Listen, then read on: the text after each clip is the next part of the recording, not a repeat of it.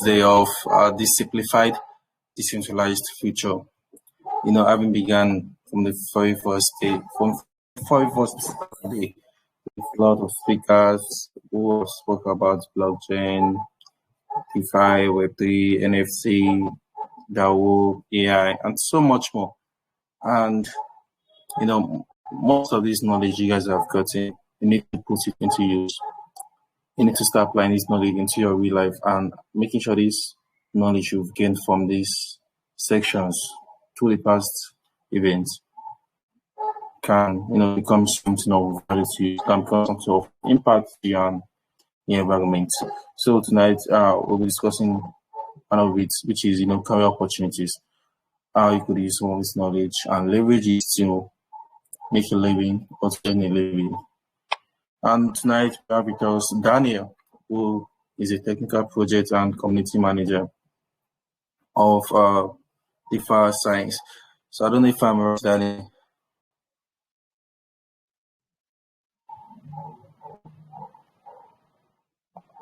Sorry, I think you broke at the end. Yes, I can hear you.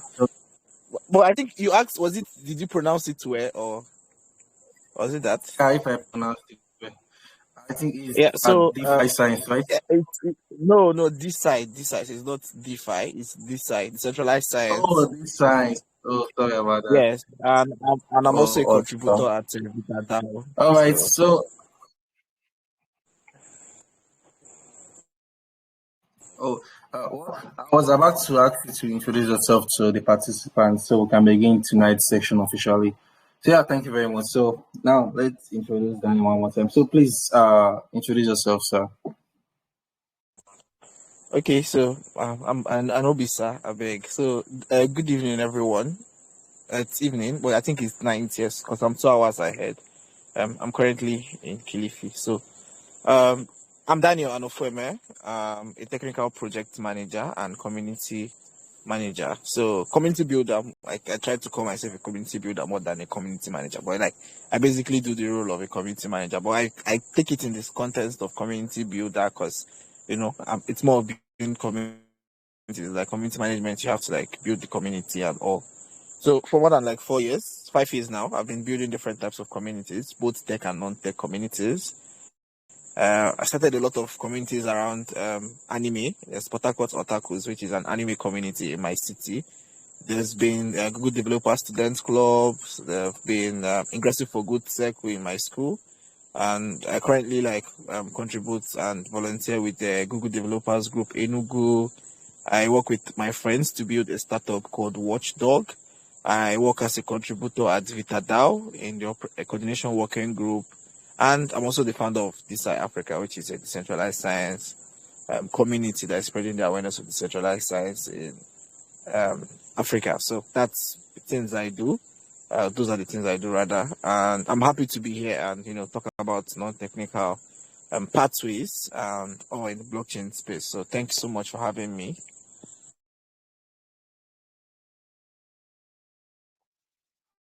Yeah, thank you so much for joining us. It's an honor to have you in our section. So, we spoke about animation.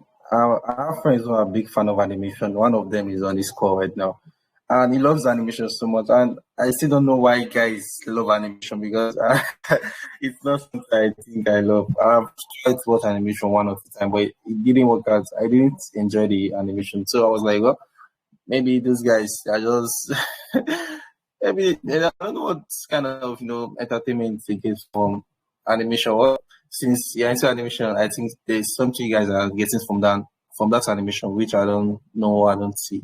So yeah, good to know about. Good to know you. And also regarding centralized science, this is the first time I'm hearing about it. I don't, the blockchain is really really good, and there's so much going on which we are yet to catch up with.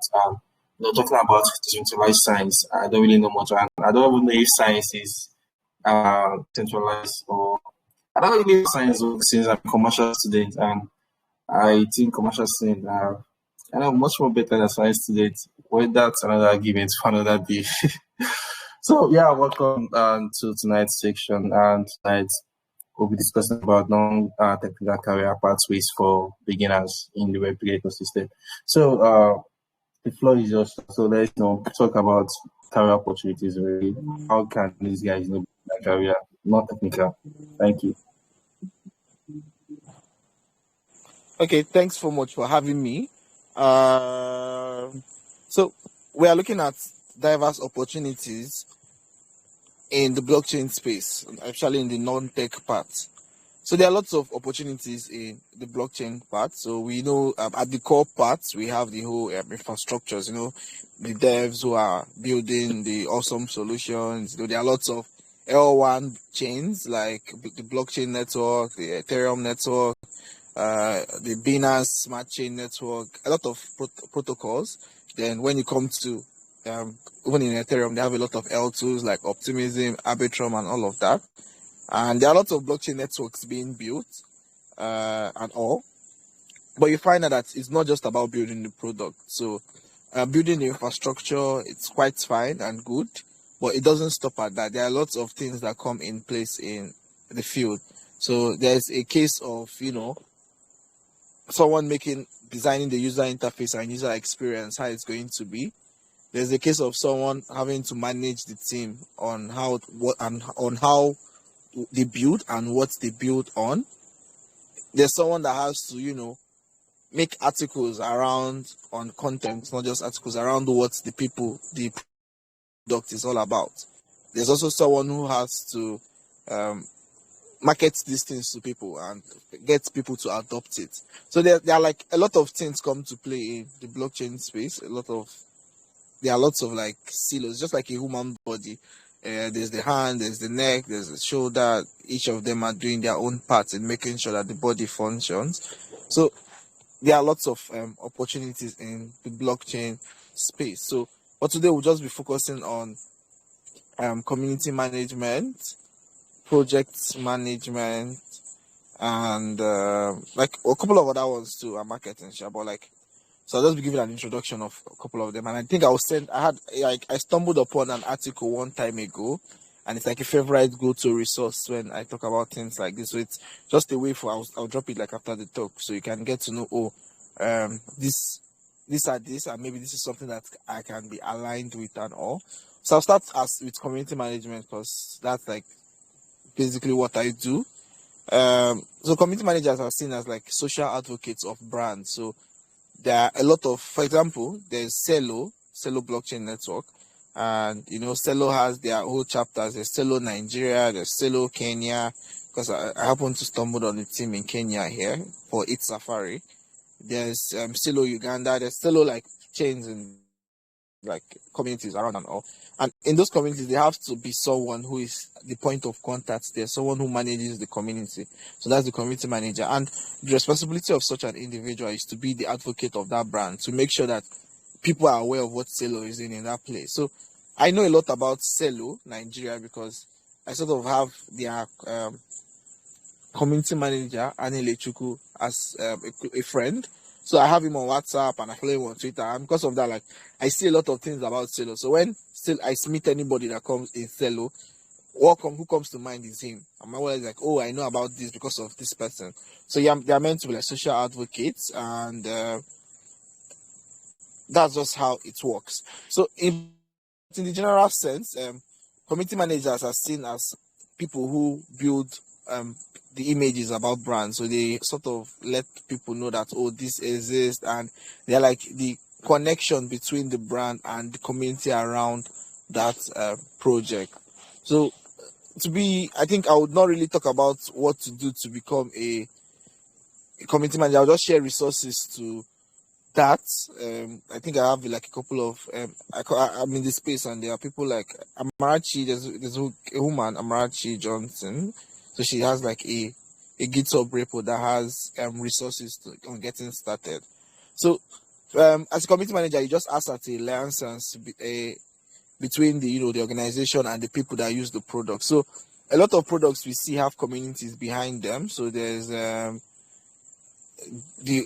popular as Facebook, there are Facebook community managers, there are Netflix community managers, a lot of them. So most organizations really do have community managers. And once you understand this, communities can be like a driving force towards pushing adoption of products. For example, Notion as we know it, why Notion is so successful and so popular is because of how good the community is. You end up seeing a lot of people recommending Notion. Oh, you should not worry about this. You use Notion. You should not worry about this. Use Notion. Don't have your documents scattered around. Use Notion.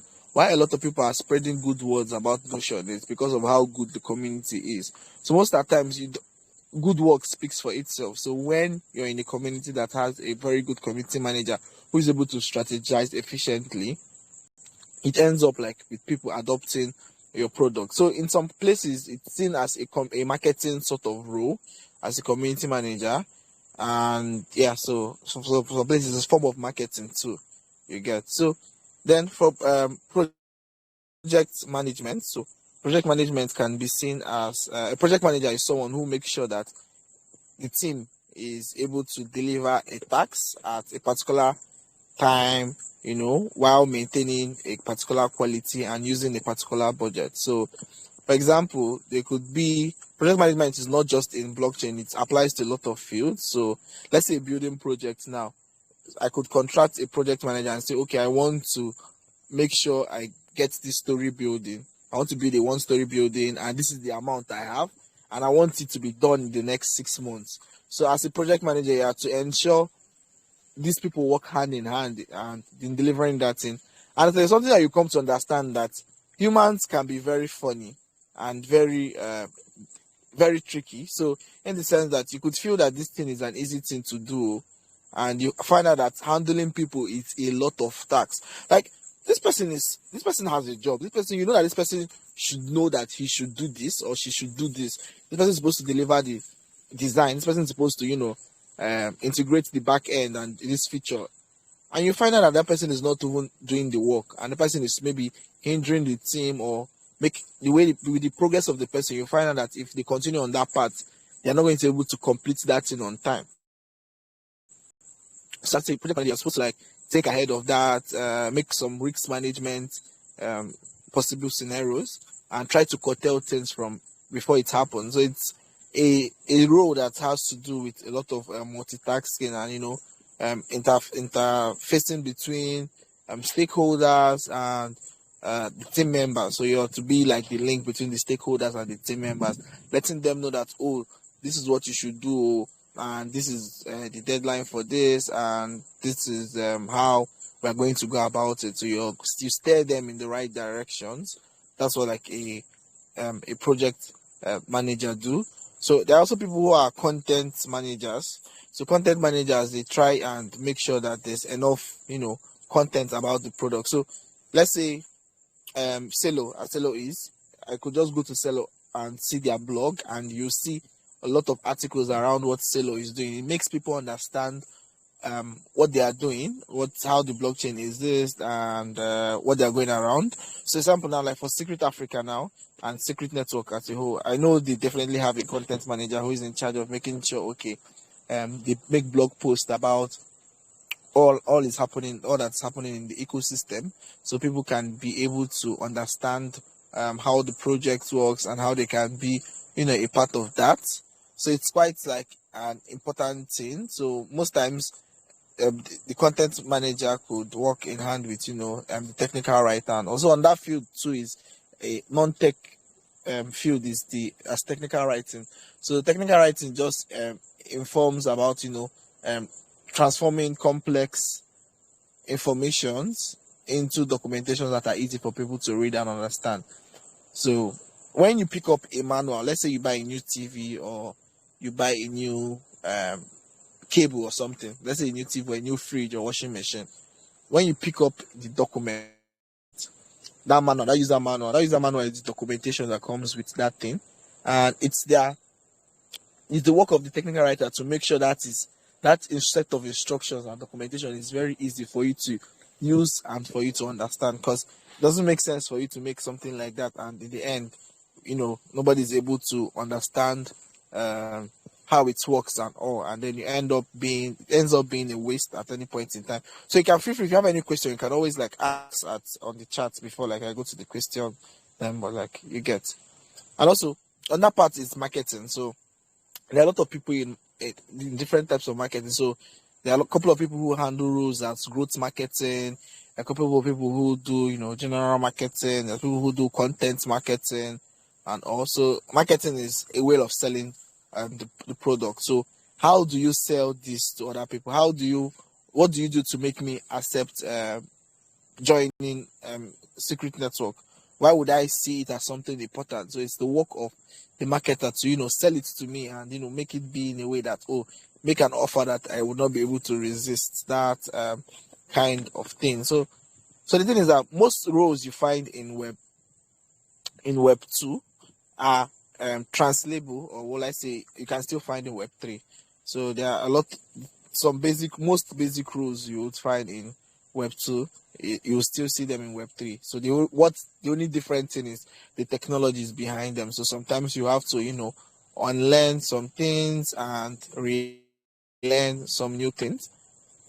And then in the web 3 space, there are a couple of new rules which were usually not there. So for example, in governance, so you see some people who would say they work as governance analysts. So governance, usually this is actually found in DAOs.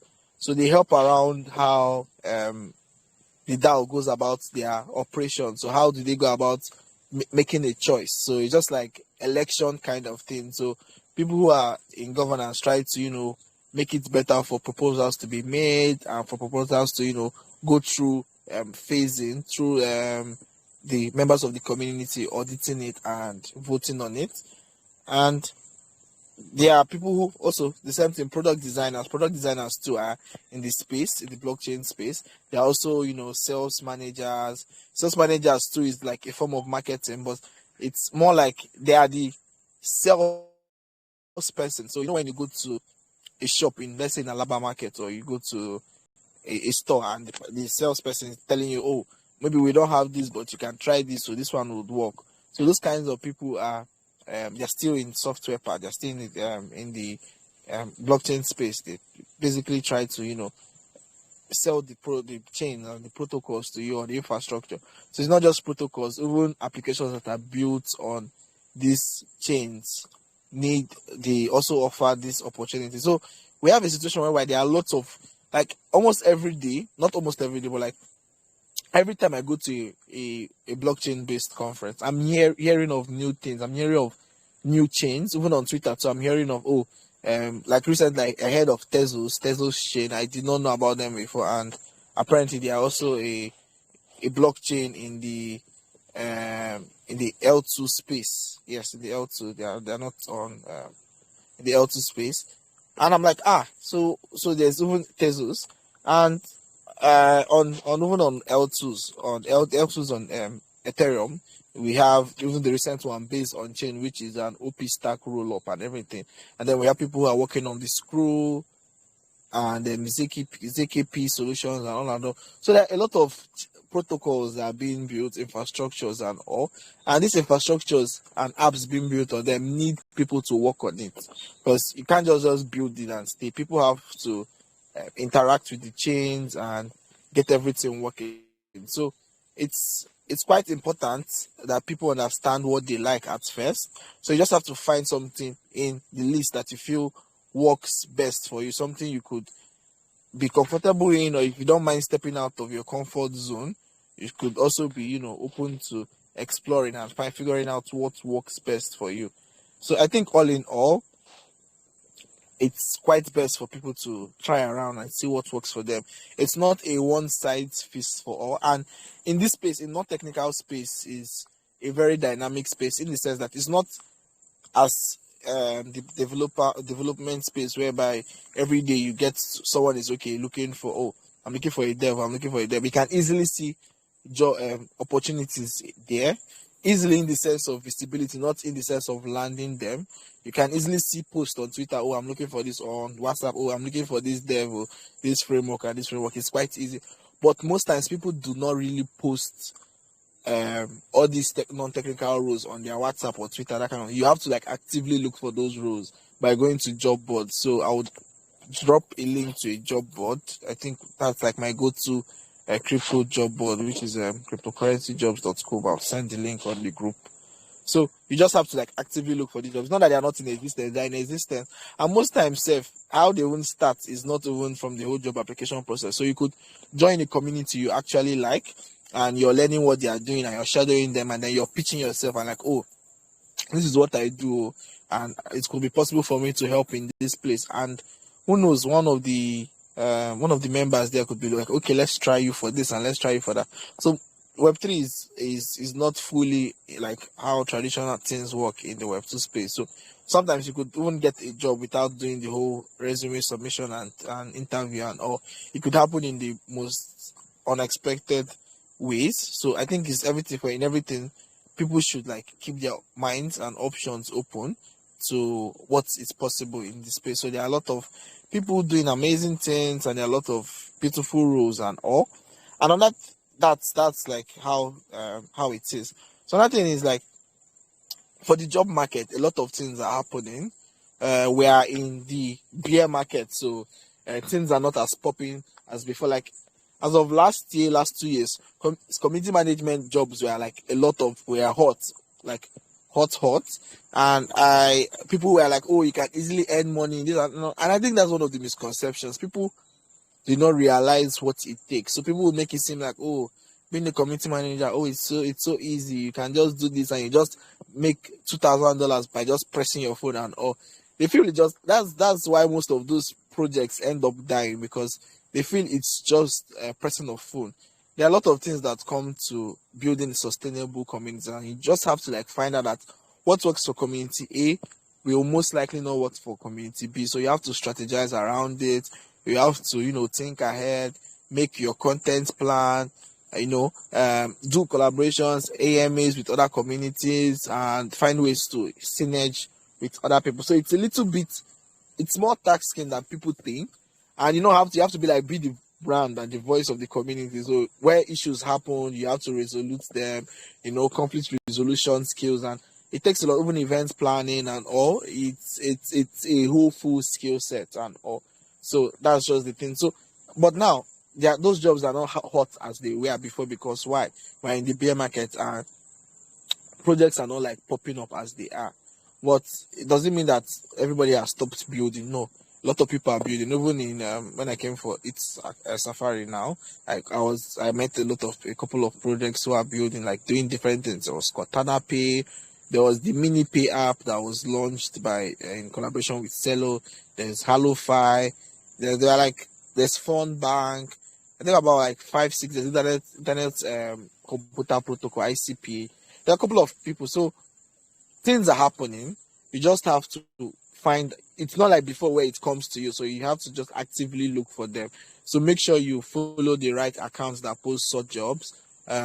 Make sure you actively go to job boards, and make sure put yourself out there as you're learning. Even if it's ABCD you're learning, you should make sure you're putting yourself out there, talking about things like that, like making the world know that, okay, this is what I do, in case an opportunity can pop up in the future and someone is like, oh, I know this person, Mr. AAA, Mrs. ABC does something like this in this space. It will definitely be good to call and bring him or her on board to join the team. So it starts just the thing. So you just have to, I think most times you have to just be long term, find what works for you and what you feel best, and keep going. So things might not be rosy at first, but you keep going. It's not Web3 is not a get money rich scheme. Neither is it a overnight success kind of thing. So you have to sit down, put your legs on the ground, and grow roots that go deep. So that even if it's the bear market and you're turned left and right, front and back, you still have like solid roots on the ground, and you're able to, do the work. Make sure you do the work, and that proof of work is there for people to see that, oh, this person does this and has actually done this, and therefore this person is the right person to do this. So I think that's basically what I would end with, and I'm looking forward to the questions, and also, yeah.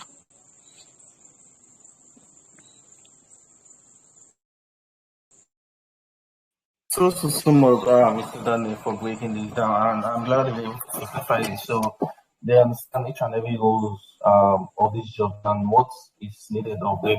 And I'm glad you even made some examples using some real life analogy which they could easily relate to. So, guys, now it's time for questions. So, if you have any questions for Mr. Danny regarding whatever job opportunity in Web3, what you can do, how you can get into the space, what you need to do.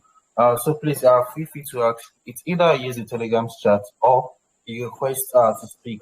You can do either of them. And also, we still have Mr. Michael with us. We're going to be going to some workshop with you guys on career opportunities. So, yeah, guys, please ask the questions. And also, Mr. Annie has shared some link where you can see some of these cryptocurrency jobs as well. And also, check out the article and the gist of resource on community management. All these resources are very, very important. These are where you gain knowledge on how to navigate this job opportunity in Web3.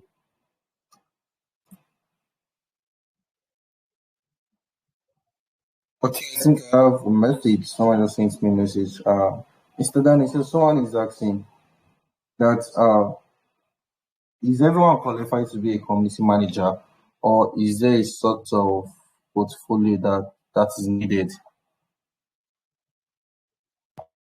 Okay, so usually, it's just like every job space. People usually look for someone. That's the funny thing about get job hunting. Like you're looking for a job, and the job is telling you you need so years of experience to get a job. So it's a dilemma in the whole how jobs work. So what I would advise people is to try around like volunteer experience. So you could contribute to your local, like if you're still in the university, there are a couple of student-based clubs. So you could be a core team member there. You could even apply as an ambassador of one of because a couple of projects have the ambassadorship program, so you can apply as an ambassador of those projects to work. You can also apply as an ambassador of a particular blockchain project. So a couple of them have the ambassadorship programs to get people to join it, and it's sort of a learning curve. So the thing is, it's just like being a dev, being a designer, being a community manager, being a technical project manager. Anybody can be it, but not everybody will be it. So you get, so in the end, it depends on your interest and your motivation. Are you willing to go all out on this, or are you not? So that's it. So getting using voluntary experience to this and ambassadorship experience is also a sort of a way of upscaling yourself in the field. So yeah. Thank Okay, you very that person much. has question. Don John, yeah. Okay. I saw. So yes, what are the challenges? I think the challenge you would face is how the market is. So there's a lot of problem, especially that getting that first shot. So we have this issue whereby there are lots of entry people who they are looking for jobs, and you tell you how much I've been applying, job no deal, and this and that. It's quite a problem because most, like I mentioned, most companies are not taking chances on fresh level people. They want someone who is already experienced to hop in and get the job done, which is a problem. It's not something that I feel would even change in time to come. It's just how it is. So, but I just feel like people should find ways to upskill themselves. You could team around with your friends and work on some things with them. You could work as a designer for one of them. You could just make a proof of concept kind of project and work on it. You could just start a fun community and use it to experiment. So that's just the thing. So that's for the number the one. And then two, are there specific educational or training programs available to help? Well, I don't really know any non-technical Web3 focused program for now. I'm not aware of any of them for now. That's just the thing. But they might be, they most likely will be. But for now, I do not know about it. But I think there was this community, like general community, I think it was the Web2, the tech general community. Something, hey, non-code tech community or something like that. I can't really remember it, but maybe I'll just try and find around and see if I see it. But to the best of my knowledge, I do not know if there's a specific educational or training program for it. Yeah, Don John, I hope that answers the question. So, Mr. Daniel, there is another question in my DM now. So this guy is asking, this question is really funny. So he's asking that, okay, that what do they call people that focus on trade of Web3? Like, what kind of career opportunity do you categorize them as? Because this is what you have to focus on. Sorry, people that focus on what? Sorry. Airdrop, he wants to capitalize his career opportunities with Web3 as, Oh, okay, on the airdrop. yeah. You're an airdrop hunter now. that's that's how it is. But the thing is that like nobody's going to employ you to come and hunt airdrop. So it's just like a personal kind of thing. You're just there to gain airdrop. You're an airdrop farmer. So I think that's the slang people call them. So Yeah. I feel you can do more. You can build up your skills and offer those skills in value as value in exchange for financial rewards. So that's that. So I think the problem in part of this place is like a lot of people just see blockchain as a means of trading. Getting this token and getting this token farming. Yeah, they don't chop this token on to the next one. But I feel it's more sustainable if you build a career. You could still do the airdrop farming and this thing by the side. Nobody's stopping. But like you could find something to do and offer services. Like if I sent that link to that cryptocurrency job board, you can easily go there and see the kinds of roles that are there and see what is required for such roles. So you can build up your skills in that sense. So you could say, oh, this is this and this is what is required from this. Okay, let me do this and this so I can get to this level. So when I apply for such jobs, I can get them. So that's the thing. So all the agricultural scientists, I'm not stopping you from farming. So you are free to farm. After all, the president said we should farm now. Sorry, my president. This is not a Nigerian-based stuff. So yes, thank you. Thank you very much. You could add better thing to his portfolio too. So, okay, let me see if there is any other message.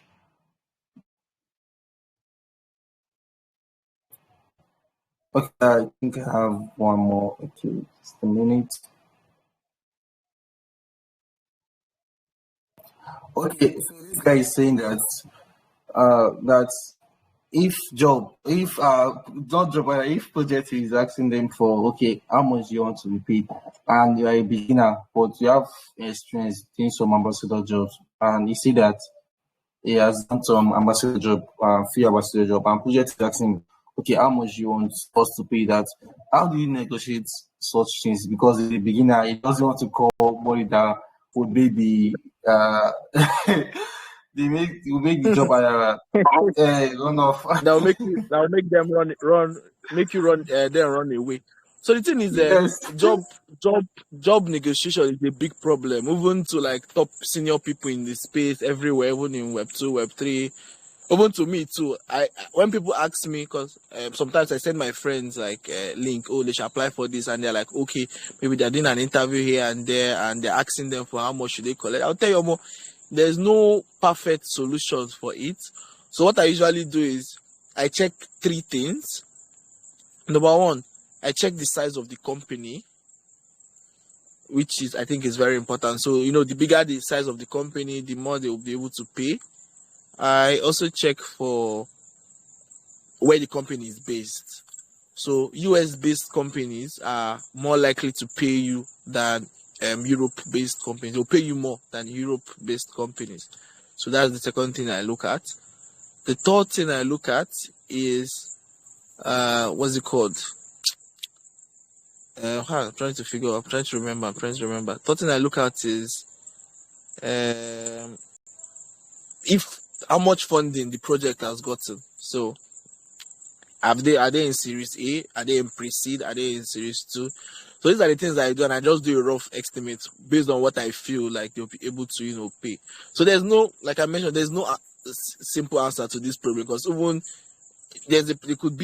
you could say a figure and you're selling yourself short, and you could say a figure and you're selling yourself too much. So it's a dilemma even for me, and I feel for other people too. So we just have to say, okay, what do you think? If it's possible, you could find people that work in that same place and get an idea of how much they earn there and charge. So it could be something you could go to. I think there are couple of job boards that show salary range in anonymously. I've forgotten the name of one. So basically, people who work there just list how much they earn, and so you're able to get an idea of the average sum. So I think those are the things. Those are what things to consider. So someone says, what are some of the emerging non-technical roles in the Web3 industry? So, like I mentioned, I've seen a lot of things around governance. So I've also seen a lot of things about auditors. So, but I think smart contract auditing is a technical role because I think it involves you playing and testing around with code. So that's not among. But like governance, things around governance analysts, a delegate to governance delegates to is a non-technical role. And governance delegate is at the surface is about you voting on proposals. But for you to vote on proposal, you need the experience. So before somebody even delegates to you, most times they try to delegate to someone who they feel is very qualified. So you have to have a good background. So it's not something really too great for newbies. So for peace, those are the things I have in mind. Also designers too, because there are a lot of protocols and they're trying to design how it works. So I think the best thing is just to see job boards and see the names that you see are the roles that are reoccurring in those job boards, and that way you'll be able to know what's hot and trending.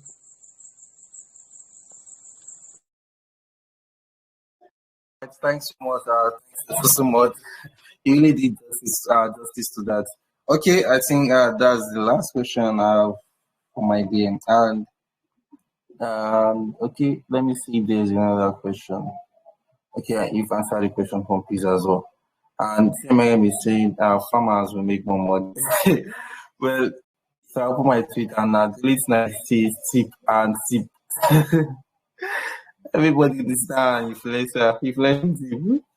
So okay, thank you so much, Mr. Dunne. So also this was a personal question for me. So is there any specific opportunity for decentralized science, and what are the core, what are the things you guys are really focused on building on the blockchain? Okay, so decentralized science is a public movement that is saying how can we use the blockchain to build public infrastructure for scientific funding, reviewing, creating, and all. So there are a couple of it's like a niche out place, and there are a couple of projects in the space. So I think the opportunities will be maybe designers around people that are building projects and a couple of governance related things, because there are a couple of bio DAOs in the space. There's Valley DAO, there's Athena DAO, there's Cairo DAO, and I think so. So governance is a point of contact. Even tokenomics too, because these DAOs have their tokens attached, so they would want to find a way to make their governance token more valued. So that's the thing. So, but tokenomics is a non-technical role, but it involves economics part of the blockchains, which is not a bad thing. So if you're someone who likes, I'm trying to Adam Smith, if you spent your secondary school university talking and discussing about Adam Smith, you should probably just jump into that. So that's that for me. So there's also around project management and community management for some. So it's not a lot, but it's a couple of opportunities are there. So you just have to find where it works. But I think where most opportunities lay is around decentralized finance. So there are a lot of DeFi protocols building here and there, a lot of chains and bridges, and also yeah.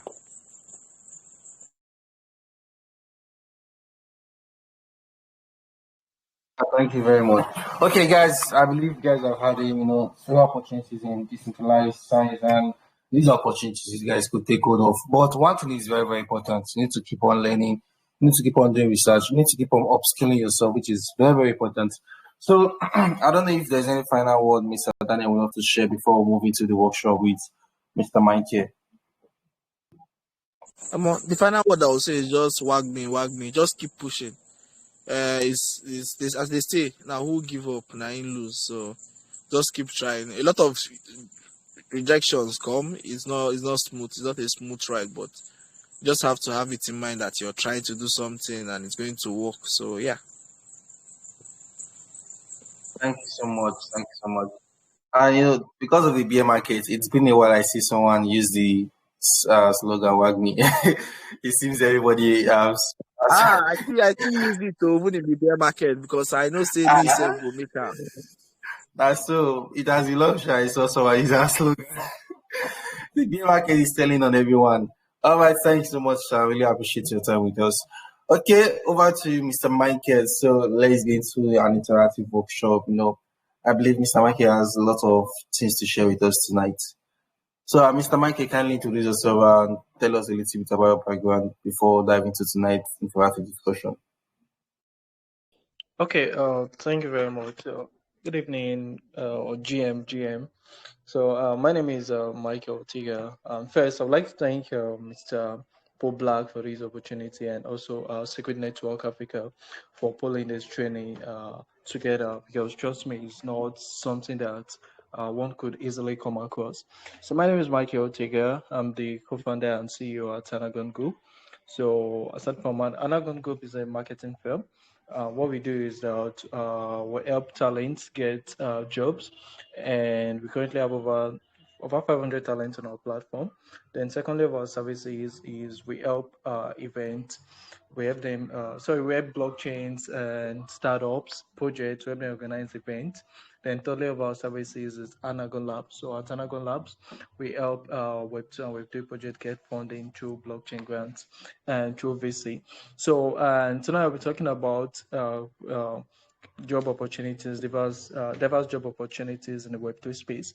So, I'm going to start off first by one of the services we offer at Anagon Go, which is Anagon Tech Careers. So, at Anagon Tech Careers, we currently have about 500 talents on our platform, different type of talents, ranging from software developers, backend, front-end, full stack, uh, graphic design, UI UX design, community moderators. So the Anagon Tech Career is like a meeting point where Web2 and Web3 users come to get job opportunities, and also uh, where employees go to once they need some guys to for their skills and their talent.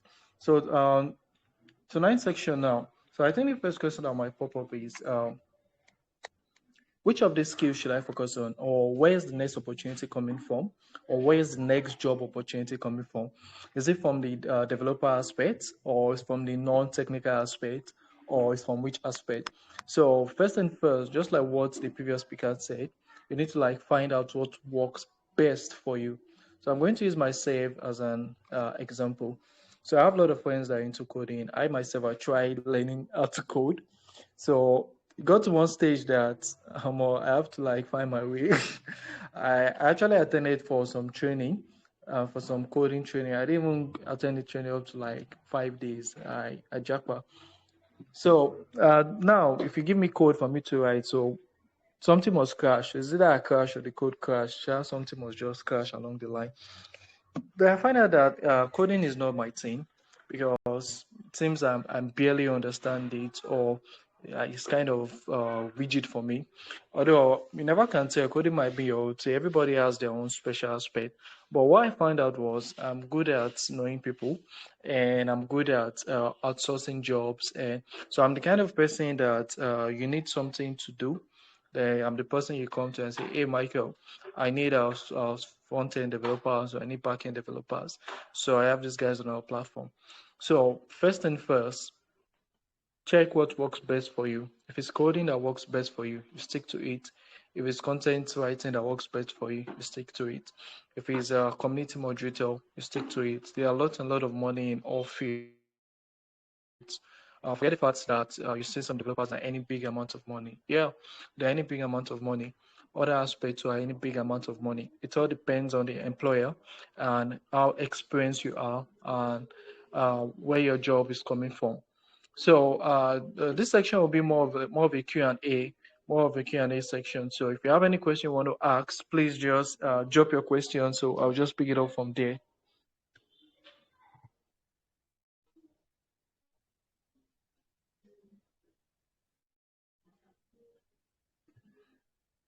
Mr. Pope.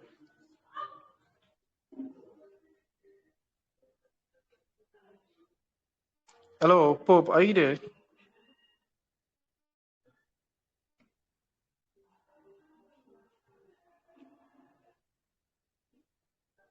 Pope. Danny, so sorry, I lost the audio for some minutes. Yeah, I can hear you now. Okay, cool. So I'm saying if they have any question, or probably if there are any question coming up, so I'll just attend to the question because I want it to be more of like an interactive section. So whereby you get to ask the questions, I share my experience and share my knowledge. So, guys, please, if you have any question, we want this section to be interactive. So, if you have any questions, please do feel free to ask. So, Mr. Danny, if there are any questions do come up, I'll make sure I let you know. So you can go on, sir. Okay, great. So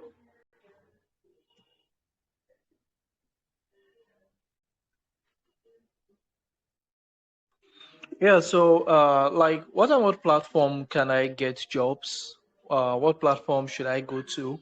Where should I be looking out for? So the other speaker dropped some links. I'm going to drop one that I do used to check for jobs some time ago. It's called The Work. I think the work.xyz.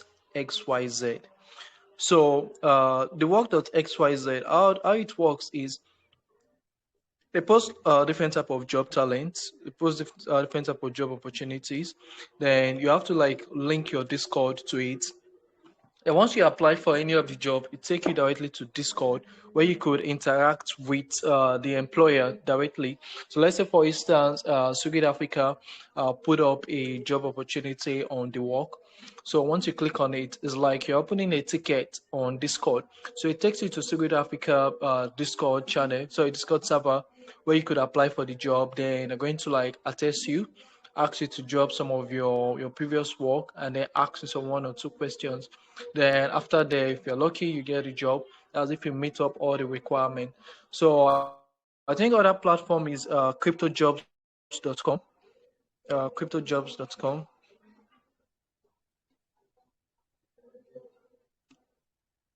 Yeah, cryptojobs.com. So we also have another one too, which is very, very important. It's called community. So you need to like, if you're a developer, there are communities for developers, there are communities for designers, there are community for moderators. There are lots and lots and lot of communities. So you have to like try to reach out to those community, probably on WhatsApp, search for them or ask your friends that belong to that is a dev. Because trust me, all developers belong to one or two WhatsApp group whereby they do post different type of job opportunities. So try to get yourself in touch with this community, interact with them, let them know of what you do, offer your skills. And I'm going to talk about a very, very super important aspect.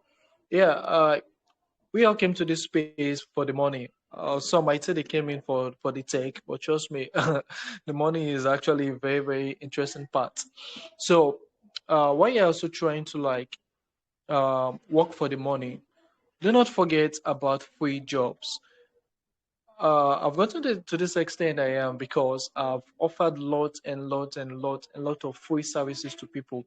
The best job you're going to get is going to come in a form of referral, someone that is going to refer you. That's one of the best jobs you're going to get that won't even stress you too much. So, like many startups, as the name implies, startups, so probably they don't have much funds or they don't have much capital to keep themselves up and running. So these guys, they need people to help them build their project. I do categorize building a project into three steps, so into three stage. The first stage is the founders. The second stage is the developer. Then the third stage is the builder. So I'm going to explain the three. So the founder is the person that have the vision, the dream, that has the main purpose about the project, about what you want to build. Why the developer is the guy that is going to put this your idea into code and put this code into an MVP, into a product for people to use. But it doesn't stop there. Then you need the builders. The builders are the guys that are going to bring this your MVP to the users. So the builders encompasses of UI UX designer, community moderator, customer service, graphic design. So the builders are all other guys that we are not even hearing more of. So these are like the main important guys, because these are the guys that is going to try to make sure that, okay, is this product worth investing on, or is it product not worth investing on? So it's either you're a developer, or you're a founder, or you're among the builder, or whichever one you are, please try as much as possible to offer your skills for startup, and also offer your skills for the big guys out there. Because trust me, some of these founders, some of these startup founders, they have some friends in those big guys there, in those big tech companies there, that they could also refer you to. There are some guys that come to me that probably need some job, but due to the fact that some of my friends just ask me, Michael, I need developer. So if I tell them that I know this guy is good. So that gives them the assurance that yes, if Michael said this guy is good, and definitely this guy is good. So, and for me to like know if you are good or not, I have to like see what you've done. You have to like work for me, work on my project. Then I'm going to see, okay, this is what this guy is good at. This is area of strength. This is what is good at. This is what is not good at. So with that, I could easily tell others that, okay, this guy is the best guy for the job. Give him the job. You definitely get definitely get what you're looking for. So I repeat, please, as a youngster, or unless you're already making five to six figures in this space, do not underestimate the beauty or the power of working for free. It goes a very, very, very, very long way. Okay, I think a message comes in: founder, idea owner, developer, idea materialization, builders, idea sustainers, uploader. Yeah, I agree with that. Yeah, very much correct. So, guys, are there any questions coming in? No questions for now. If it comes up, I'll do well to let you know. Okay, because I don't want to sound like a motivational speaker. Not at all, sir. We are following Okay, up. Guys, please, okay, if you have any questions, either send me a DM or you can just drop your message here. Michael is very, very experienced in what he's doing, and I think you guys can learn a lot from what he's saying. Please, don't be shy. It's either send me DM or use the Telegram chat or request to speak. Okay, I think Chairman wants to speak. Of course, Chairman, okay. I'm going to give you the mic to speak so you can ask your question. Chairman, you have the mic now. You can ask your question. Hello, good evening, everyone. Can you guys hear me? yeah, I I can can hear hear you. you. Go ahead. Okay, okay. So, good evening, Michael. Yeah, good evening, everybody. Thank you for like coming and all of that. And for the previous speaker, I say hi and thank you for coming. So, I have a question to ask. My Sir Michael, please. Starting up in this new space has actually like been kind of a bulky thing. You don't know where to go and all of that. The maybe your experience and the mistakes that you made when you were actually starting, because to me I have this feeling that particularly people actually make mistakes when are trying to start something new, like maybe some of your mistakes and how we the newbies can actually avoid those mistakes. Don't know if you get my question. Yeah, I like that your question. Like that your question. Okay, first and first, there's a quote that I came across that I've always upheld. It says, "There are no good or bad experiences, only learning experiences." So I'm going to tell a story of how Anagon Group comes in place. So first, let me start off with how I came into the blockchain space. So uh, before the blockchain space, so I was into a network marketing company, which I won't mention their name. So I was selling some products, and yeah, network marketing company is very, very good. All business has the good side and the bad side.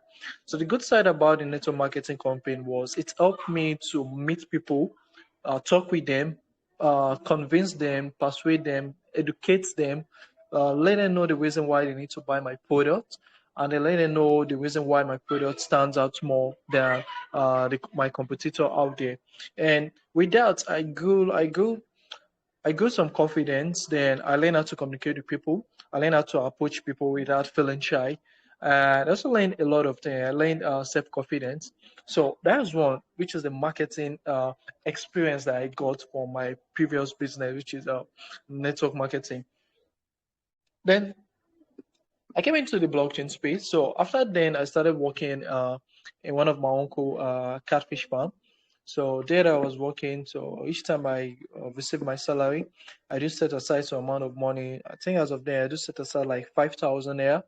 I think that I was earning like 10,000 there. So I do set aside like 5,000 there. I use the 5,000 there to buy uh, crypto. So I was using Luno app as of then. Luno app. So as of then, the only coin, I think there were like 5 coins on Luno. We have Bitcoin, Ethereum, Litecoin, Bitcoin Cash, and Litecoin. Yeah, so those are the 5 coins that was there. That was like before. I think that should be 2019, before COVID. Yeah, so I was every time I was sending 5,000 every month using to buy Ethereum, then I sell it all, doing like that, like that. Then I started uploading pictures, snapshots of it on my status, and people were asking me a lot of questions that, what's this stuff that you're doing? Can you teach me this? So I get tired of replying everybody messages. I'm very, very lazy when it comes to social media. I'm very, very lazy when it comes to chatting. I prefer more of talking. So I just thought that, okay, instead of me replying all these messages, why don't I create a group there, tell these guys, join there, I will attend to all your questions at the same time, and then teach you about it. So that was how I came about my first community called Crypto Alert. So at Crypto Alert, I teach people on how to trade using Luno. Then from Luno, I went over to Binance, learned some things. I teach them on Binance. Then the shitcoin saga came in. I think that should be 2020 or 2021, in the likes of Safe Moon, Safe Mars, Freecoin, Feg, lots and lot of them. We all know some of those coins there. So I was doing those. I was trading those coins, making some money. I was losing a lot of money, making losing money, making losing money, making losing money. So it was like, what was happening? I lost and lost some amount of money. Then I have some developer friend. So developer friend has found out that these guys are actually creating tokens like this. I was like, wow. I said, okay, now let's try. So let's try to create token like this. So we tried the first one, it didn't work. We lost a lot of money. We tried it second time, it didn't work. We lost some amount of money. We tried it third time, it didn't work. We lost some amount of money. It was like, damn, what's going on? We cost. So it's this stuff that others were making some money, but we were losing money. Remember, I said there are no good or bad experiences, only learning experiences. So when we're losing money, we're also learning to one or two things. We're finding out that okay, as of then now, if I was telling people, if you want to buy any shit coin, there's some things you need to check out for. You need to check if those projects, if they have social profile, check their Twitter, check their Telegram, check how many members on the group, how active the group are. On their Twitter, check how active, if they are using bots on their Twitter, if they bots their accounts or their followers are we. So a lot of stuff like that, a lot of criteria that you need to check out for. Why for the developer aspect, you need to check the smart contract, check if there's a honeypot or probably there's a I buy and sell tax, so stuff like that. So when we're losing a lot of money, we're trying to find out what is making us losing money. Why we're finding out what's making us losing money, we're also learning how to avoid losing money. But yet we're not making money. So we thought to ourselves that okay, at least we've gotten this experience. Why don't we form our own marketing company? So we started off first with the first name called Wi-Fi Promoters. So at Wi-Fi Promoters, we're just like juggling everything, jaga.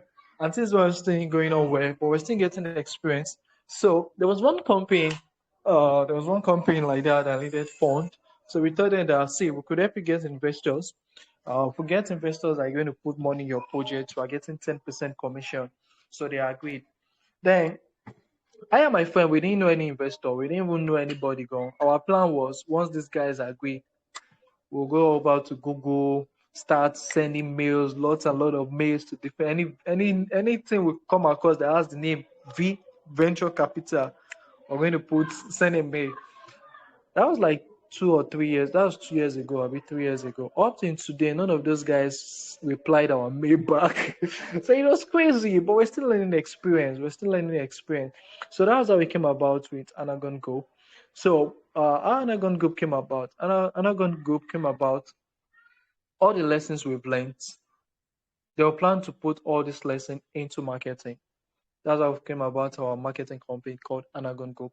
So when you talked about how you could like get yourself on board, how you could like all those mistake, face those mistake. You have to, without those mistake, you won't learn.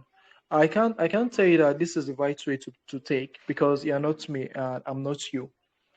But until you take that way yourself, you're going to find out that okay, this is a mistake I did. Do not be afraid of those mistakes. Take it. When you make those mistakes, you're going to learn. Up till tomorrow, I still make lots and lots of mistakes, and I try to learn from those mistakes. So you can't. There's no way you can dodge this mistake. So my own advice to you is that whatever mistake or whatever experience I come across, you learn from it. Who knows? You could use it to start up a company too. So I hope that answered your question.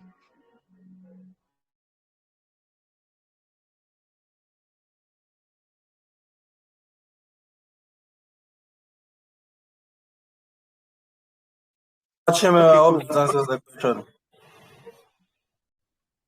Okay, Yeah, yeah, yeah. Thank you very much. It does. I replied using chat message. Thank you. It does. Thank you. Yeah.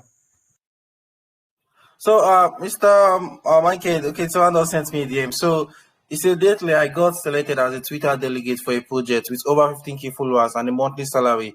And he's wondering what level of trust does the founder have in him to give him this kind of role? Because he's surprised. Why can I just give him this kind of role? And like, did I trust him to handle a Twitter for a project without even knowing him in person? So he's surprised that, what made him have this kind of level of trust in him? Okay, I don't know who is the person that asked that question, but I'd like to like show this question to you. How did you get the job? Were you referred by someone or you applied for the job yourself directly? So I think the answer you're going to give will depend on what I say next.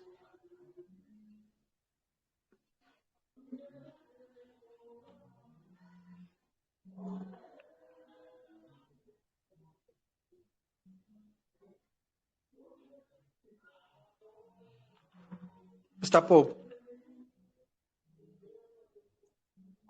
It has been with the project for about 8 months, working in the project community. Okay, he has been in the project for about 8 months and worked with them. Like just doing random things in the community for like 8 months now. He has been with the community for like 8 months. Yeah, he has been in the gas community for like 8 months. Yeah. Great. So that already answer your question. That already answer your question. Uh, there's something As again. a There are member, three that, you said as a member. but as a member, have you, as the person be chatting all the time? Have you be communicating on on the go? Have you be asking some questions, trying to attend to other people's questions, just being active on the community? Yes, he has been active. He has been doing one or two things in the community. So that already answers your question. So as for that, now you don't need to be afraid why the person feel you're going to turn up or you're not going to turn up, because trust me, all these guys they are watching. They're watching who is more active on their community and who is not active. So let me throw in another story again. So there's one of my boss I respect so much that um, put me through in the crypto space, even not directly like that. Young T. I don't know if anybody know him by that name. Young T. So he's a volunteer at Crypto TV Plus. So there was one time Young T dropped a Discord community, it sign. He dropped their link, said join our uh, he said join and also for what is this stuff? Whiteley Sports or what did you call this stuff?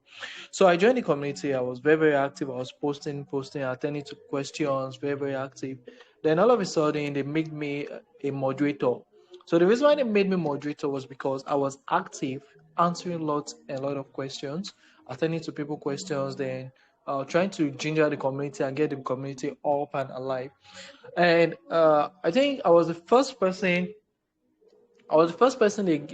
number one community advocate they gave at each side, to the extent that among all the moderators, so I'm like their leader, which I didn't give myself the leader, but I think they gave me a leader themselves, to the extent that if they want to like talk to the core team, they always tag me to the question. They always tag me to most of their words.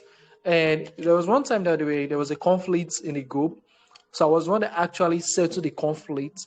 So what that means is, because of how active I was, the team already knows me, and the other community moderator too already knows me. So once you've already put in that work, how active you are, once you put in that work, trust me, they already believe that for this guy to do this thing, and he has been with us for a long time and he hasn't slowed down, is worth it. So yeah, they trust it for them to give it that offer, and our advice, you take the offer ASAP. After taking the offer, please don't slow down. Take the offer and then be very, very active. There are more and more benefits you could get. You never can tell. There might be other people watching you also in that community that would say, okay, I like how active you are. Why don't you come and work for me also in my community? So stuff like that happen.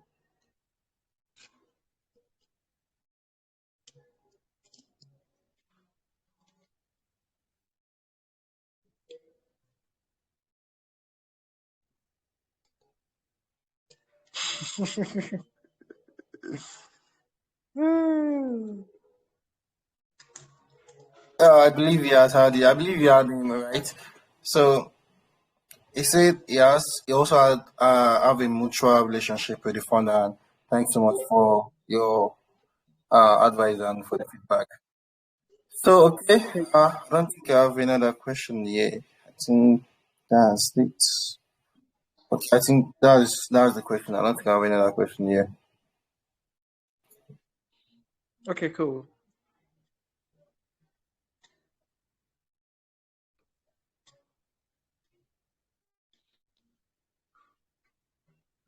So do I still have more time, or probably I'll call it off, or probably we're done? Just share some, final words because we have another speaker who is going to be taking people on how to start an NFT career, how to become an NFT creator, or something like that, starting on the career as well. So yeah, you can just give your final words before the next speaker comes in. Okay, so my final words are this. Number one, there are no good or bad experiences, only learning experiences. Then whatever you do, keep on doing it. Keep on doing it. Trust me, your time is going to come. It might take a lot of time, but your time is going to come. When is your time? Is your time? Your time is going to come. Remember that. I have a developer friend that has been coding for how many years? I think it said it's been coding for over 12 years old. So since when he was 12 years, that's when he has been writing code. And now this guy is doing well, as in he's making some cool amount of cash. So just put in the work. Trust me, your time is going to come. As long as you don't stay idle, your opportunity is going to come. So thank you very much, Pope, and thank you, Secret Network Africa, and thank you guys also for your questions and for the listening here. So my name remains Michael Ortega. If you want to reach out to me, I think there are a lot of ways you can reach out to me on LinkedIn, on Twitter, or on WhatsApp. So thank you guys. Thank you so much, Mr. Daniel. Also, we'll be sharing your social media link with Mr. Daniels on the Telegram group, on Telegram chat and on the WhatsApp group as well, so they can follow you on your socials. Yeah, thank you very, very much for your time. I really appreciate. Mr. Daniel, also hope you enjoy its safari and hope you have fun. And when coming back, probably might bring millions of dollars to Nigeria so we can set I'll up bring something. it. I'll bring. No problem, sir. Thank you, sir. Okay, we have Maria with us, who is going to be doing a workshop on creating an NFT. From creating an NFT to creating an NFT community, and also, how you can build a much more loyal NFT fan. So, Maria has been an NFT creator, an artist for over, I think, 3 or 4 years. Well, let me leave it to her to do the introduction. So Maria, I don't know if you can hear me. Yes, I can. Can you hear me? Okay. I can, loud and clear. I'm glad to have you on our workshop today. So, can you introduce yourself and tell us a little bit about your background? Awesome. I'm just trying to see how I can share my screen. Give me one sec. It's no problem. Let me know if you need help, so I can also help you. Okay, yes, I'm gonna need help to be able to share my screen actually. Using a PC or a phone. In my phone. No, I'm on the Okay. PC, actually. I'm on the PC. Okay. You're going to say there's these three dots by the left hand side at the top of your screen. Screen the three dots.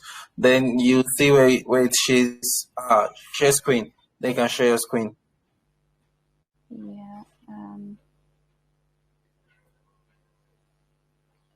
Not give me one sec. I'm gonna give me one sec.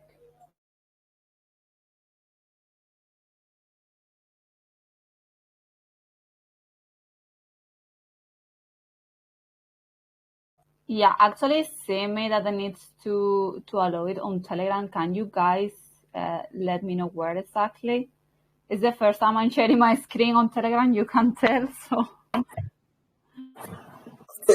Sorry, I don't know if what's can you maybe send me a screenshot of what you are seeing, or maybe send me a screenshot via DM so I can check it out. If you click on the three dots on share screen, you have to share on your screen. So what you have to do is to choose which of the screen you want to share. It's going to share only that particular screen you want it to share. That's all. no, it's saying me like for privacy I cannot, but let me send to you my PDF and maybe you can share it Okay. so we don't take more Sure, I can time. do that. I Okay. can do that.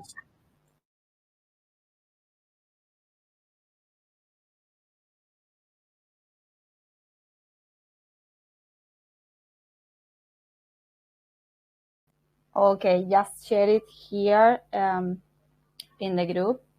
You should be able to share it. I'm so sorry guys for the issues.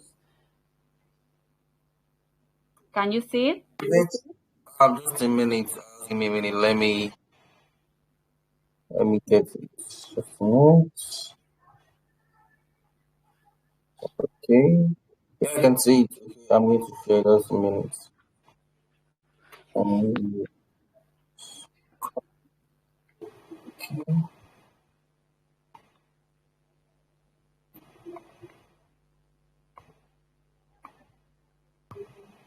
okay, I'm going to share it now. Yeah, good.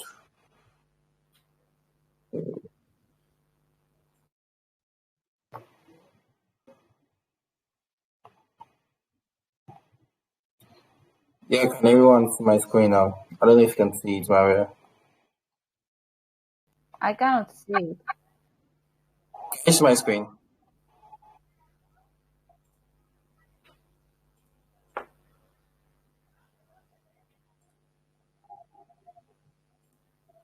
I cannot see. Can you guys see it? Yes? Okay. Oh, now yes. Okay, Awesome. finally. So sorry for the issues, guys. I was sure it was gonna work, but looks like no. So, well, we sorted out. Thank you so much for having me. I'm really excited as you introduced me perfectly. I am an artist and illustrator. I'm from Spain. And I've been working as an NFT artist actually for 3 years. So I'm gonna talk like really basic tools, and actually then we're gonna spend more time talking about community and what can we do to make a career as an artist, as an NFT creator. If you can go to the second one, please.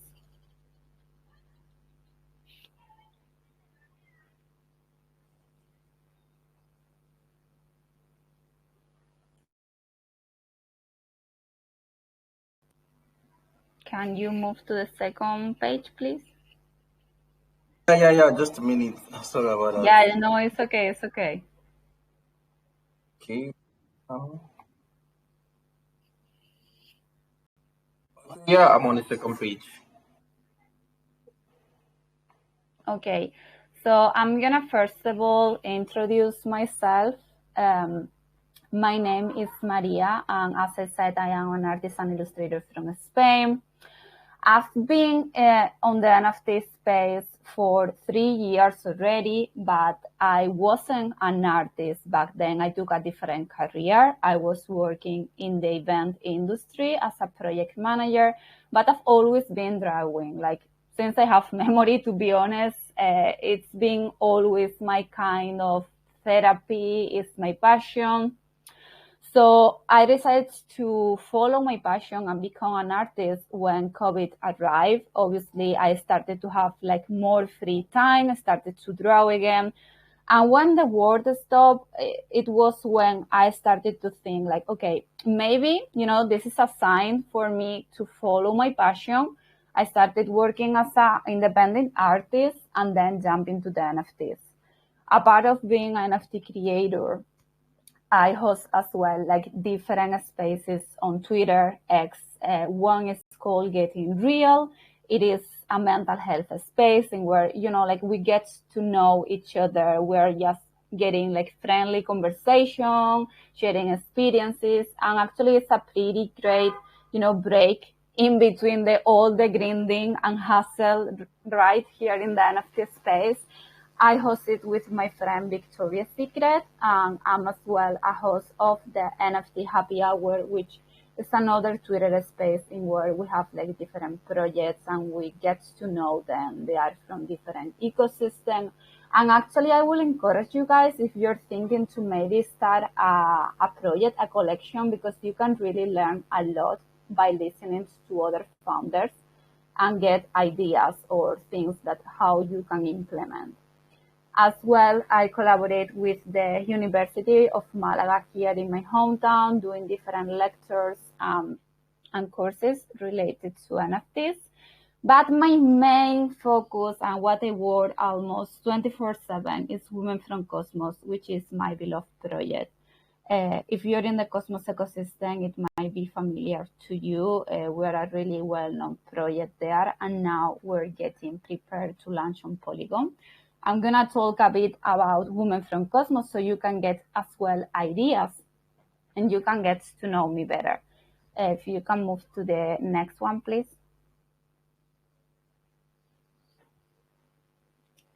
In the meantime, basically, Women from Cosmos is a project created to celebrate as women strong, unique, and empowered in the space. And the main goal behind is to support another creative communities. We've been exhibited in different NFT events around the world, like NFT Liverpool. We were selected by Paris Hilton to be exhibited there, NFT NYC, Ultra shows, like really different event. It's been really cool. As well, Women from Cosmos was one of the first projects to bring one-on-one art to the Cosmos ecosystem and represent women. You can move now to the next one. So as I said, basically the idea behind Women from Cosmos is to make an impact and inspire others. We've been helping more than 10 different artists in the space by helping them to onboard into the Web3 space, by supporting them with their NFTs, a collection, all of that through the Women from Cosmos Give Back initiative, which if you can move to the next one, is all about giving back and support others. We've been buying other NFTs, we've been raffling them among our holders, so it's always like a win-win situation. And as I said, I have like tons of different projects to launch their new collection. So, it's all about helping each other and, trying to support each other and way more during this bear market, right? You can move to the next one.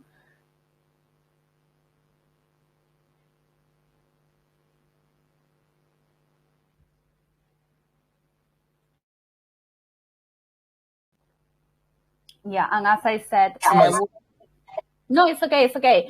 And as I said, we're getting ready to launch on Polygon ecosystem now. It's gonna be the Women from Cosmos Polygon era. But let's gonna start with the topic of the day. You can move to the next one, please. As I said, I wanted to give you an idea so you can understand like from where I'm coming, what I've been doing, and what I've been building during these 3 years in the space. Even though Women from Cosmos launched on March 22, we were one of the Genesis creators with the Stargaze. I've been in the space for 3 years already myself. So next one, yes. So how to start a career as an NFT creator? First of all, and obviously, and I'm sure you have heard this during the different talks, is education. As you probably know, obviously the NFT space is related with crypto. With crypto, there are a lot of, spamming around, and you really need to be sure that you are educated enough to, avoid any unpleasant situation. If you can go back, please, to the 7. So obviously, I'm not gonna, take the time to explain to you like what are NFTs, what is the blockchain. Obviously, this I'm sure that has been covered before, but you really need to get deep dive into it, being the more informed and educated you can. And also in the aspect of legal and tax implication, it's obviously all depend on the country you are, but it's something that you need to be aware for the future. And then if you really want to start, okay, I want to be an NFT creator, the first thing I will ask you actually is what is your passion? You need to find a niche in where you want to develop and bring your art, your music, or whatever you want to create here in the space. So in these images, I put like different examples. We can see these are the most common, which are PFP, collectibles. Then you can find one-on-one art. They are really amazing and talented artists that they are making a career as an NFT creator, selling their unique pieces. As well as event, you can use NFTs to access certain things in the real world, which I think is pretty cool. For example, with NFT NYC, they have like NFTs as a ticket, which is another option. Then as well, music, video games, as you can see in the bottom, metaverse and virtual worlds, which if you see the green little ones in the image, they are from Dead Fellas, which is an Ethereum big project. And they have, these different skins that you can wear on Roblox, if I'm not mistaken, if you're a holder, right? So you can implement and play around your NFTs in so many ways, as well as real estate, jewelry, that's why I really think that it's really important before you start, actually stop and think like, what is your passion, what you can do to actually match your passion with NFTs, because as you can see, there are so many different possibilities. So you need to think about that. And then to the next slide, please, number 8.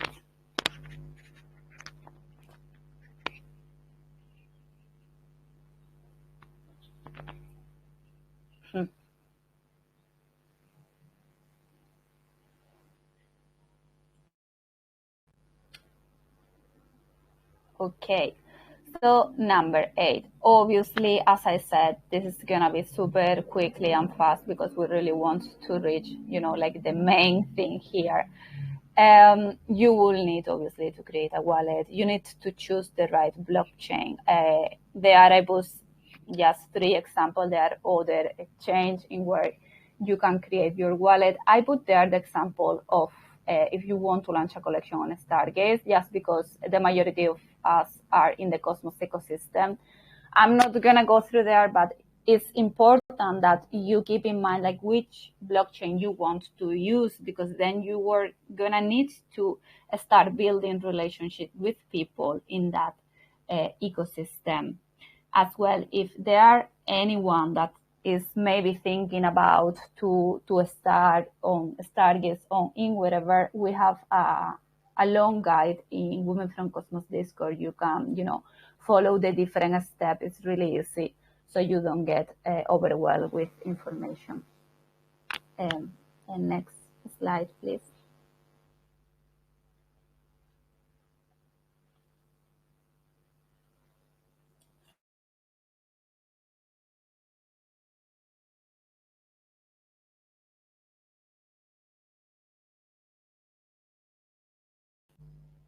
Okay, so I'm explaining here an example of a generative collection. Obviously, it's all depend on what you want to do. Like if you want to build at the end a video game, even though you will need to launch a collection, right? So how is the process behind, of creating the collection? What you need to keep in mind? So for a generative collection, you have different tools. You can use an iPad. I use my personal software I use to draw is called Procreate. You can use as well Photoshop, or you can do it physical. However, you need to keep in mind that then you will need to scan it, right, to make it digital. But to create a generative collection, first of all, you need to choose the theme, the character. I think this is really important because you really want to create a lore and a story behind your pieces, your collection, so people can feel, related to them. In my case, obviously the main character are women, and the theme has been always around the cosmos, the universe, like women as warrior, fighter. So when you get the idea of what you want to do, like we've seen 100 apes, cats, dogs, whatever, then you need to organize the different layers. I'm sharing here an example of my recent collection. First of all, I decided to split it like in the background, skin, facials, like if you want the character to be, I don't know, like smiling, another sad, another with the tongue out, so you need to have a specific layer for facials, then clothing, hairstyle, accessories.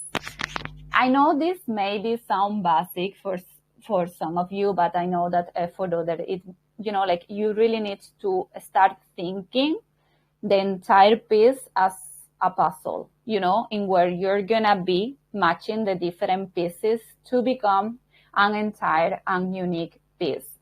Then you need to test out how these different layers work and see if they match together perfectly and if they look great. In the next slide, you have an example, if you can pass it.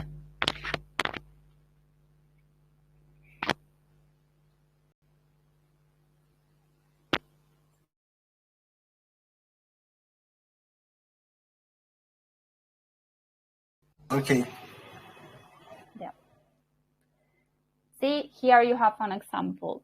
Like you are seeing one piece, but behind this piece is formed with different layers. You have the background, you have the skin, the facial in this case is the lady's kind of looking, directly to you. You have the clothing, hairstyle, and accessories in this piece is not showing, but you can add her, like, for example, typical super famous one, like layer eyes or, like crown, something like that.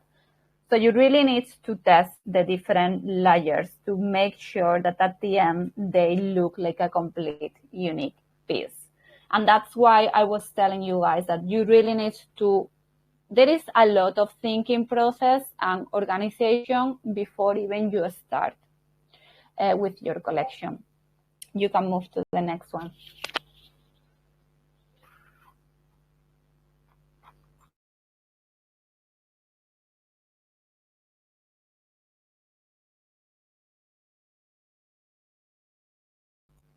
Okay, and then this is a tool that you need to keep in mind.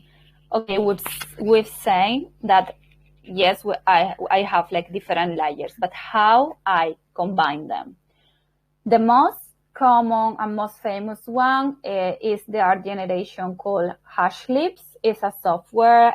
They have as well a little app in where you put your different layers there, and it automatically generates the different pieces. Here, as you can see, I put two different examples in where you can see like different background, different outfit, hairstyle, but they are all coming together to a unique piece. Anyway, there are other different softwares, and you can do this manually, or you can have help from a dev. I'm going to be talking about other softwares as well in the near future in Women from Cosmos Discord. So again, if you want to join, you will get like more different options. I'm bringing this because it's the most famous one and the most used for everyone. Then you can pass to the next one.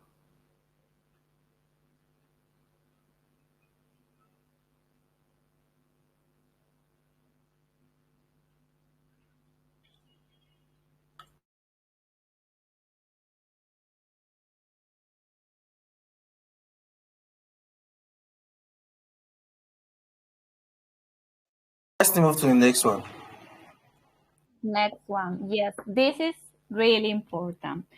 So, okay, I cover like the art kind of, and you can see that there is a lot to do behind the scenes, even before you launch any collection. You really need, first of all, as we said, pick your niche. Like you want to do art, you want to do music, you would love to do a video game, what you want to do related to NFTs. Then you need to create a theme and choose your character for the collection. And here is, you will need to create a roadmap. I'm sure that all of you have here the roadmap thing in all the different projects you may be involved. But more than mandatory, like as a project, is more for you to have idea, because you really need to think in long term. Like what are your planning after you sell out your collection? What is your purpose? Like, why are you doing this? One option could be, as I mentioned, you're just an artist. You want to do one-on-one art, and that is your career. You know, like you're doing that because it's purely for art, and that's it, what you're doing. That is totally legit, and it's another option. But if you want to create like a bigger project, to do different things apart of just selling a collection, you really need to start thinking before to plan. Because I'm telling you guys, in the moment that you start all the art, and in the moment that you start moving your collection, you won't have time to, to think ahead. You really need to have everything prepared, because when everyone jump into your Discord and you have, all the pieces sold, you really need to have something prepared. Like, okay, you have this, and then I'm bringing you with this value. Like, for example, you want to incentivize holders. Like maybe you launch a collection and you want to reward your holders in different ways. Or do you want to achieve something concrete, like in the next 2 years? Like maybe you want to do a new collection, you want to implement staking, you want to do airdrops, all of that.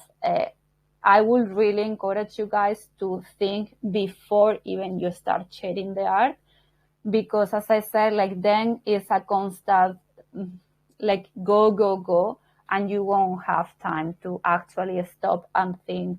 And I think it's really important, as I said, like if you attend different Twitter spaces, if you hear from other founders, but because, like experience is at the end key. And if you get all the information you can actually start thinking about maybe creative ways to implement in your collection.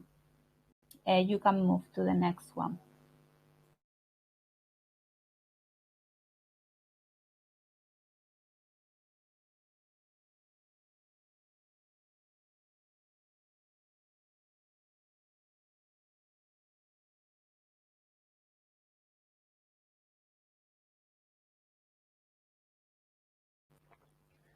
And then, as I think this is the most important part. I know there are a lot of time behind the scenes working with the art or with the video game or with the music. But at the end, if you really want to put yourself out there, you need to build a community. It's super important. You need to be on Twitter. It is how it is. I know there is as well Instagram, TikTok, but nowadays at the end, the 90% of the people, to be honest, who will be your holders, they are on Twitter, is where you need to spend the majority of your time. As well, if you're not doing one-on-one art, if you're thinking about to create a bigger project, I will really advise you to create a Discord server, with all the information, with different channels, not only to actually have a place in where all your community can connect, but also a place in where everyone can find all the information needed about your project.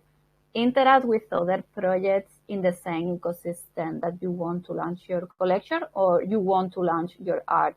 And that's why I said at the beginning, it's important for you to choose what is going to be the best blockchain for your art, because obviously it will depend on who you need to, make connection. Here on the Cosmos ecosystem, I'm sure you are aware of some top names in where you need to actually start connecting. But there are so many different in the different ecosystem. For example, in Polygon, the Matic Man, the chats are a person that you really need to start connecting with, and as well as project. It's really great because, to be honest, even though it may be overwhelmed or it may be sound like too much, the great things of NFTs, or at least I can tell about Cosmos and Polygon, is other projects really help you. They're able to, help you out, introduce you to other people.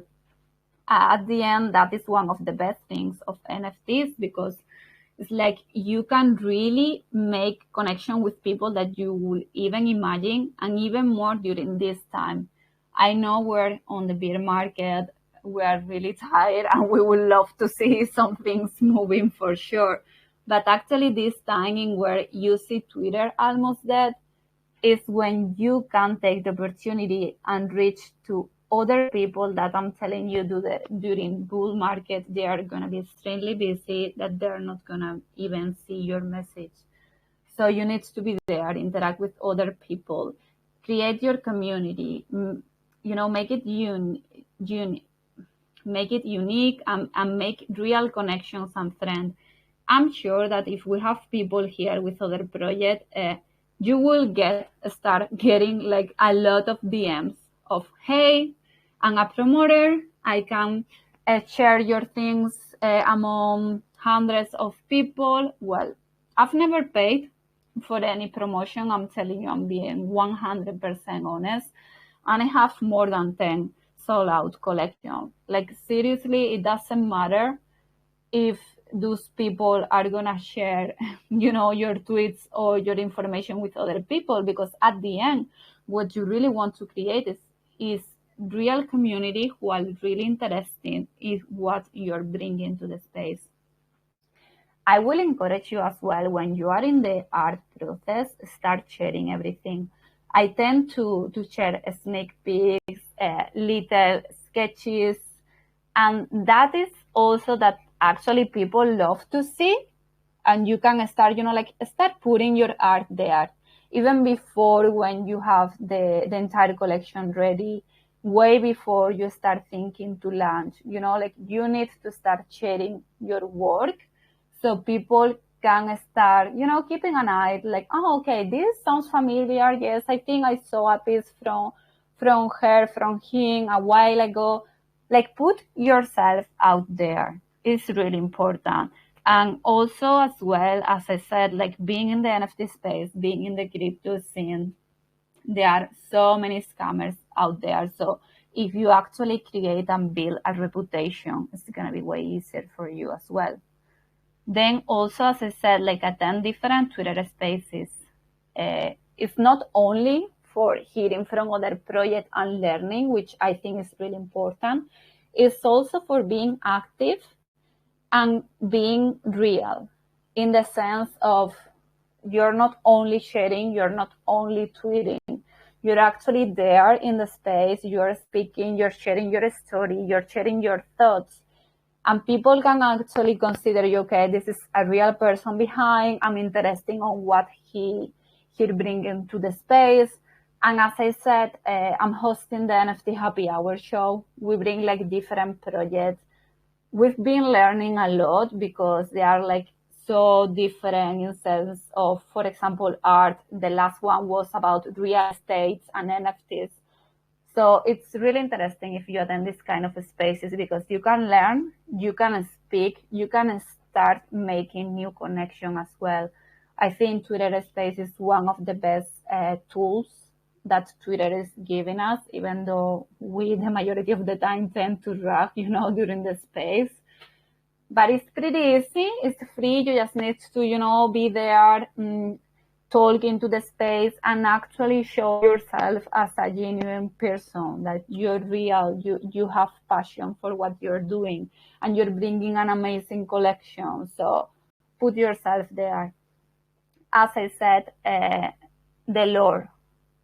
And this is what I asked you at the beginning, like what you want to do. I think it's really important, or at least from my side, I really consider pretty fun those projects that are, that have a story behind. Like, I don't know, they're coming from certain universe, and they have now to fight against whoever. All of that, people love it because it's fun, it's entertaining, and it will give you something different that people can identify your brand. Because at the end, if you're creating a project, or if you want to be just a solo artist, you're becoming a brand here. You're just not a person, you're a brand, and you need to start thinking as one, as a business. Then other ways to build community, obviously, and this is the most common one, is like doing giveaways and promotion with other projects. It's easy to do. We'll put your projects to the audience of other ones. It's pretty common, but I will really encourage you to do more than just giveaways, because there are a lot of accounts as well that they are just there to try to win something. So make it fun, make it something different, I will say. I think we lost the presentation.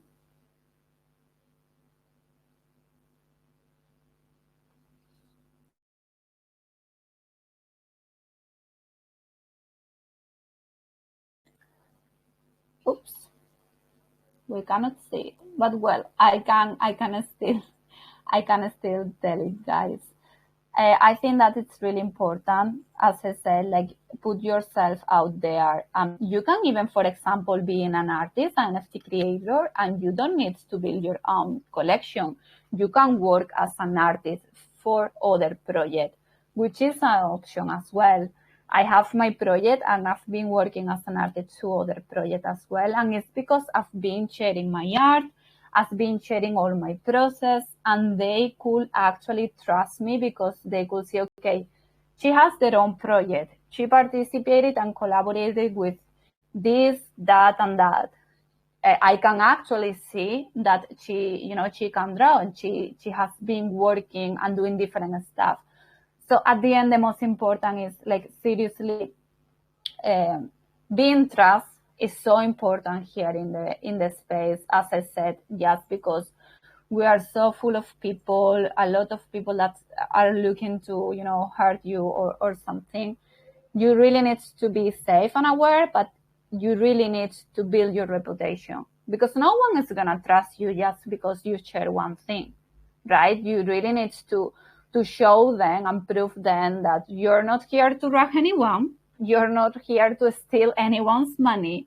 You're here because you want to build this and that, whatever your case is.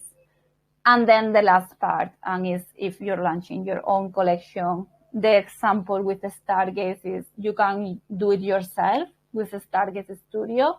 You can get help from a dev, or you can use as well Gelato NFT Label, which is a platform that I'm building with Gelato. I'm sure that you're familiar with them, that is going to be helping like new artists to onboard into the Web3. This is like more specific for people if they really want to, launch the collection, which different options are. But again, if you have any question relating to this, because it's more technical, feel free to reach out to me. I will guide you.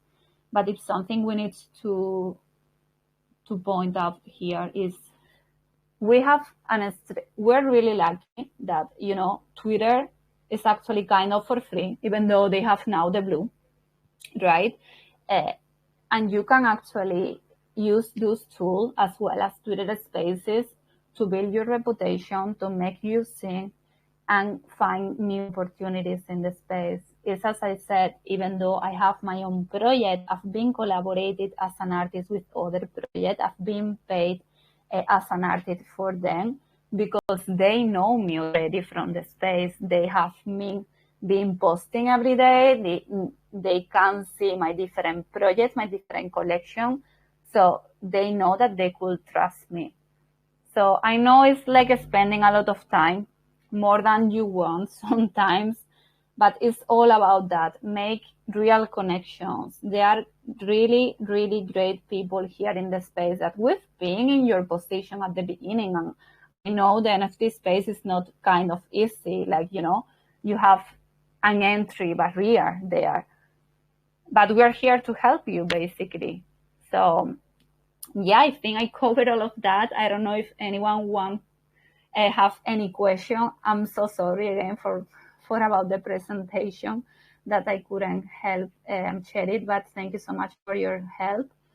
And as I said, like I've been here for more than 3 years or something. I built a well-known project in the Cosmos ecosystem. I launched so many different collections. I'm here to help you guys. So if you have any question, feel free. Thank you very, very much, Mario. Thanks for that. Section was really, really good. I'm glad you were able to, take down the steps to the simplest part, and also showed some example, and the image are really, really nice as well. So, guys, this is one of the best possible way you can learn how to start a career as an NFT creator. So, if you have any question for Maria, please do feel free to ask. Okay, I think Maria, we have a question from Dalu. So, Dalu, please go ahead and ask the question.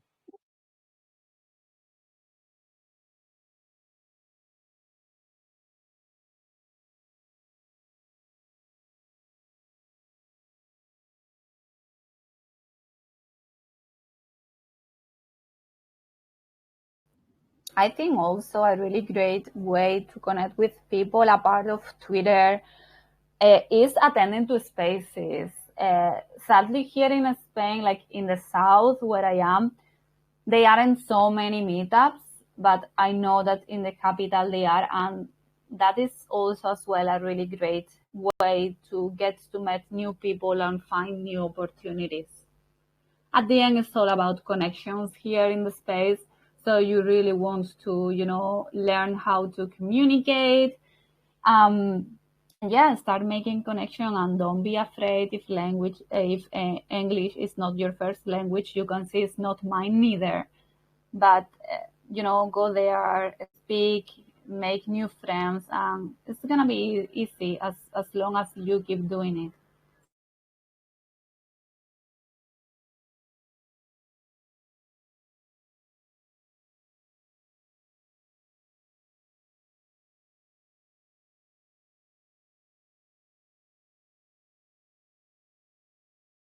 Yeah, please. Okay, I think there's a question from Wabi as well.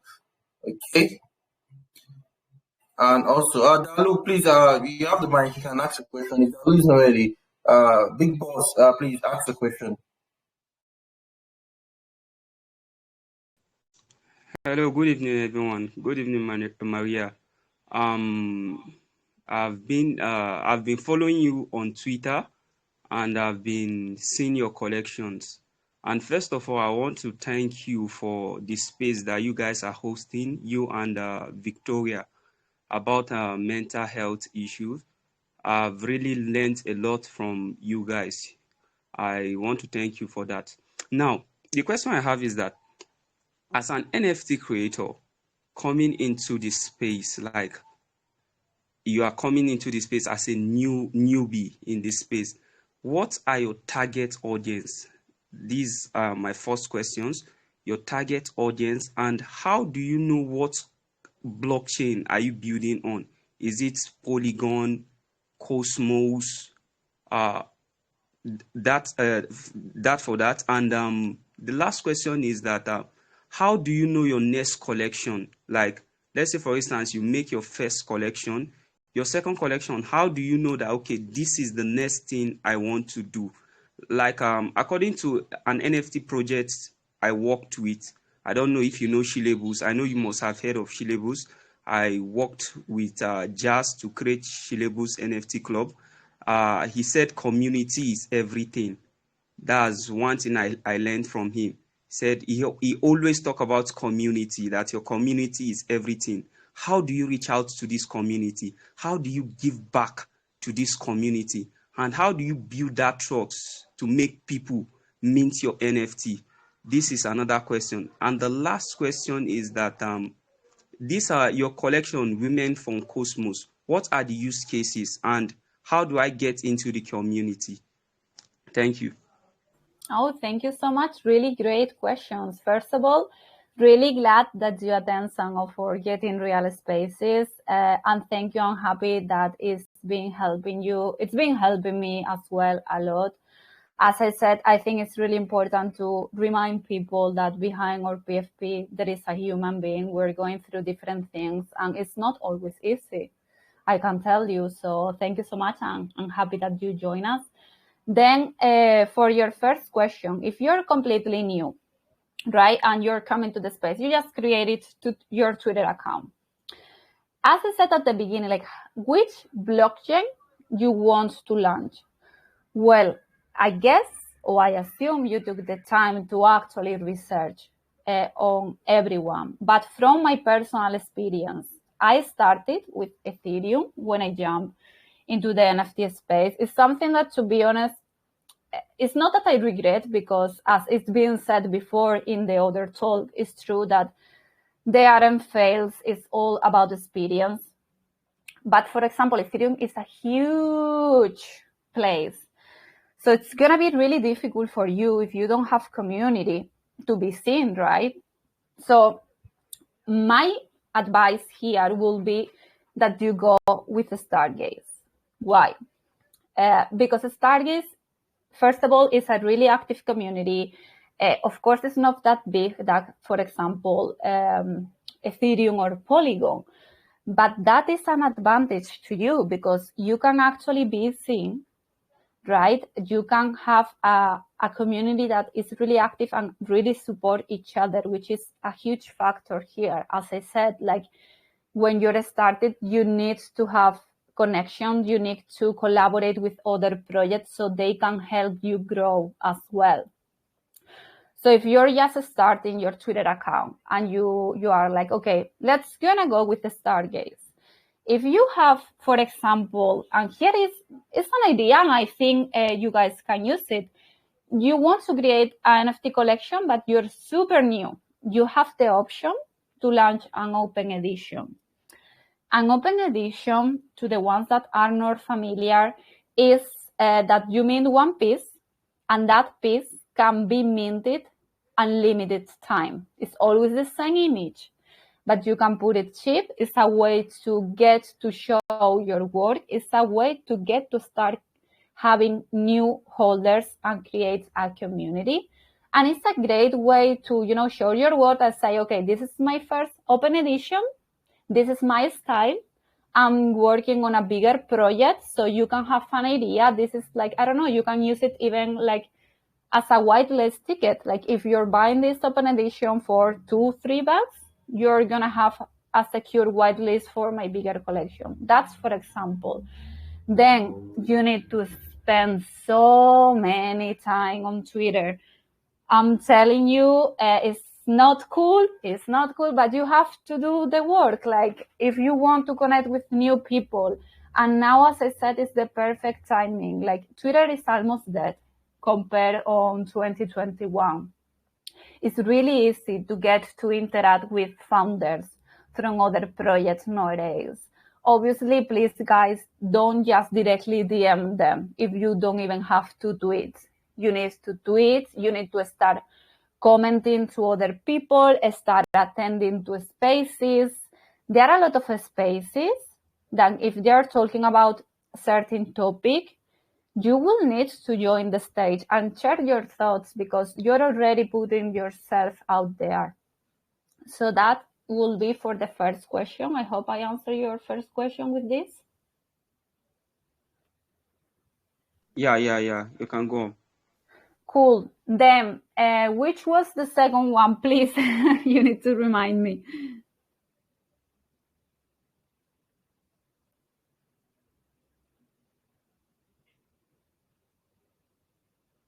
Sorry, Maria, what did you say? Like, if you can remind me the other two questions. Okay, the second one was that, like, for instance, you make your first collection. How Okay, do you good. make Yes. collection? How do you know what is going to be your second collection? Well, this is what I said at the beginning. Like, before you launch your collection, you need to have already in mind plans for the future. For example, if you're launching a big collection and then you want to do a airdrop, you already need to have that planned. You can do so many things, but you need to have some ideas before starting. And here again, I'm talking about if you're creating like a big collection, okay? If not, if you're just a one-on-one artist, for example, that your art is already utility and what you're doing. Another thing is when you launch your collection, your community is going to tell you as well what they are more interested with. And that's why it's really cool if you pick a niche, if you pick a theme, you know that all your community are interested in that. Let's say I'm doing an NFT collection because I want them to launch a video game. I know that the majority are there because they are gamers. So I can start thinking about what to do next. Another pretty cool thing, and it's something that I've been doing since the beginning, is with community. Is I always ask them, like for example, when I was creating the art for my new collection, I did a few suggestion trades contents, and I was asking the community, okay, let me know what do you want to see as an art, as a trade, and to the ones who are more bold, you're gonna get as well some, prizes. I think I gave like some NFTs as well as I add them as a whitelist and one of them as a free mint. So, you can use as well that, and you're creating, like you're actually keeping in mind your community. And I completely agree on what you say about chillables. Yes, of course, I know. It's true. Community here is everything. It doesn't matter if you have the most amazing art, the most amazing idea. Like if you don't have the support of community, you're not going to do anything. And that's why I'm so grateful about my community, because I'm here thanks to them. They've been with me more than 1 year already, and they have been helping me, giving me ideas, everything. Since the very beginning, you really want to hear to your community because they're going to be the ones that keep supporting you. And then I think your last question was about how you can get involved with my project, or which was, no, the utility, right? Yup. Okay.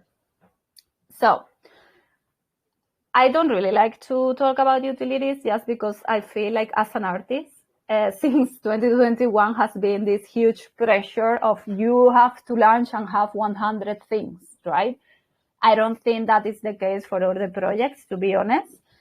But Women from Cosmos is based an art project, and the main goal behind it, a part of already the art, is the utility.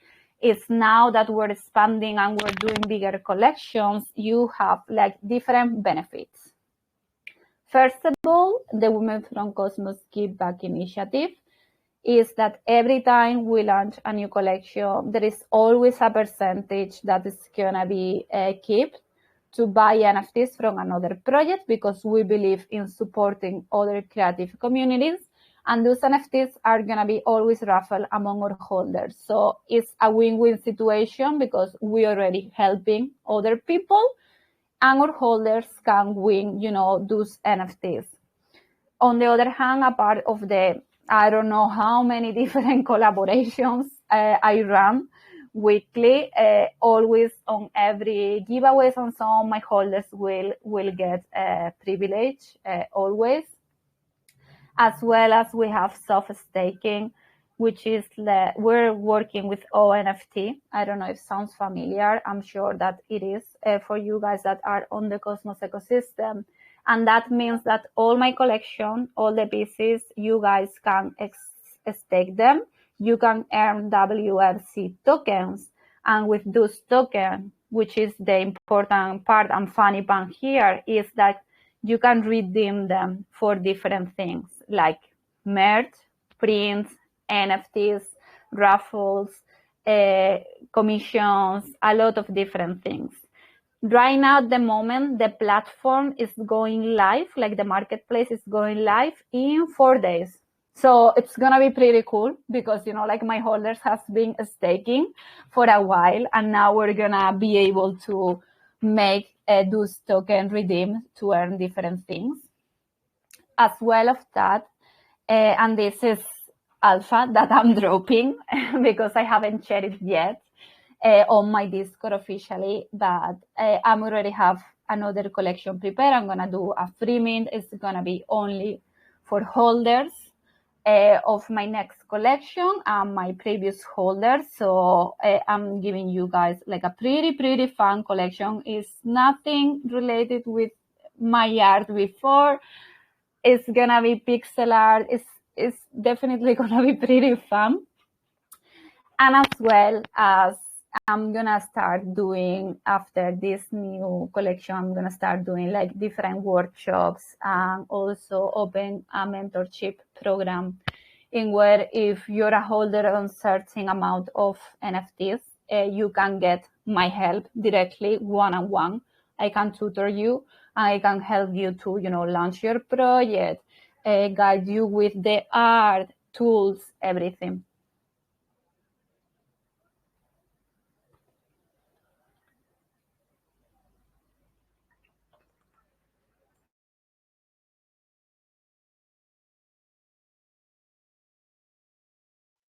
I hope that answers the question, Big Boss. Yep. It answers my question, but I have one last question. I'm sorry for asking too much, but I'm asking for a friend who is like trying to start up an NFT collection on Cosmos. And the last thing I want to ask is that when I was working with labels, sometimes to set up a price for a collection is kind of difficult for us. We'll be like comparing some cost and benefits at times. Sometimes we try to reach out to our community to even help us with pricing. Now, Maria, how do you like set up your price for a collection? What comes to your mind? Like, okay, if I say this NFT is so amount of secret, let's say for instance, we are in the secret ecosystem, we can say, okay, it's 500 secrets per collection. So what comes to your mind when you want to set up your price for an NFT? Well, that's a really great question. It's not easy. Let me tell you, it's not easy. Of course, you have to keep in mind the market condition. Right now, the market sucks big time, and it is how it is. So obviously, you cannot put your normal prices if you really want to reach new people, because, also it will depend on the kind of collection. For example, at the beginning, my first collection were one-on-one art. Obviously, those pieces were way more expensive than a generative collection, because behind every piece, you can easily see like 20 or 24 hours of work, right? But if we're talking about a generative collection here, obviously, it's tricky, to be honest, the question, just because the market situation we have at the moment. If we were in a different one, I will be able to give you exactly prices, but I will tell, first of all, you need to be sure you cover the art price, right? Like if you're paying an artist, you need to be sure that you can pay it, that's for sure. And then depending on what you want to do. And what I mean with this, for example, the example of myself, now that I'm expanding to Polygon, I know I'm well known in the Cosmos ecosystem and everyone have heard about Women from Cosmos. But in the Polygon scenes, I'm pretty new, right? Like they will be like, okay, who are you? Like being pretty clear here. So if you're expanding to a different collection, a different ecosystem, obviously you need to keep that in mind as well and reduce your price. If you're thinking to launch on Secret or in Cosmos, I will really keep in mind the market. Like I know it sucks because, like after putting so many time behind the collection, you can even feel frustrated, like, damn it, this is not enough. But you need to adapt to the market. Now I've seen collections selling pieces for $5, $10 max. Also, it's all about how big your collection is going to be, because if you're planning to launch a collection of 10K, of course, I will put a reduced price on that. But if your collection is going to be quite small, let's say 1K or 2K pieces, you can make the price more expensive. Like you have to keep in mind a lot of different factors, as well as check what are the prices of other projects in your same ecosystem. So if you want to launch a new collection on Secret, check what are the prices of the other project, how those other projects are doing, right? Because you really want to compare yourself with people that are aligned to you or are kind of similar. I don't know if that answered your question, and I know it's really difficult now to price a collection. It's all about how many pieces, the market condition, also what are your plans, because if you tell me that after this collection you're gonna do, I don't know, like a video game, or you're gonna do a super huge thing, of course you need to market it more expensive. I hope it has sense. Yep. Thank you very much, Maria. You're very welcome.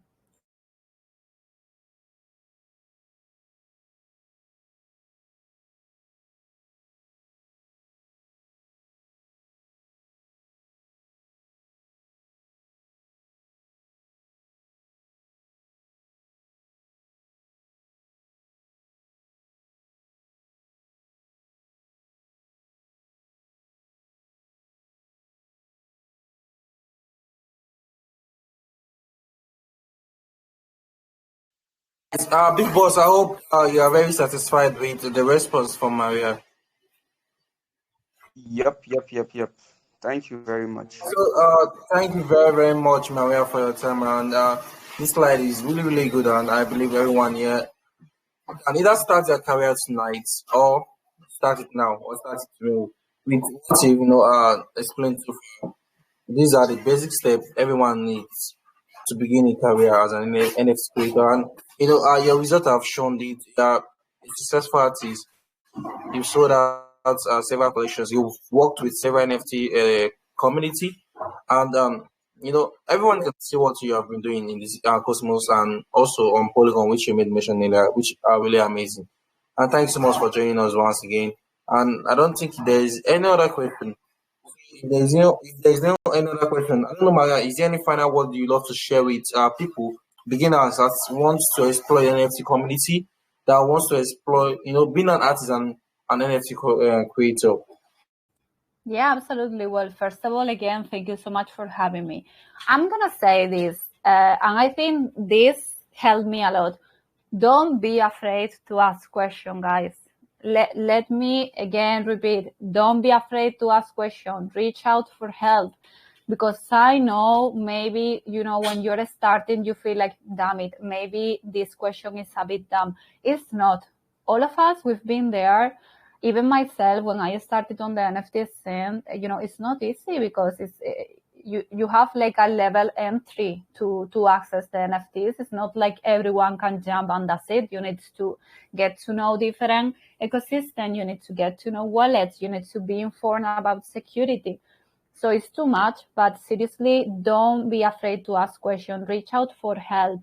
As I said, and I'm saying this for real, like if you have any question, if you're planning to launch whatever, I'm gonna be here for you to help. We've been helping with Women from Cosmos because we have already an audience. We are always helping different projects. You can see we're having like different giveaways right now with other projects that maybe they are smaller. We're always happy to help you if you want us to retweet whatever, because I know how hard it is to start. But just join our Discord, make connection. Our people, I'm telling you, are super welcoming. You're gonna feel super safe there, and just start from there, making new friends, make connection, ask questions, and don't be afraid. And also, please, guys, don't stress yourself. Don't compare yourself to other bigger projects because, first of all, you don't know what they're doing behind the scenes. You don't know how many people they know. And if you keep pushing, if you truly trust yourself and your art, better times are going to come. I'm telling you, I know now the market sucks, but now it's time to keep building for when better time comes, you have already everything prepared. And again, thank you so much for having me.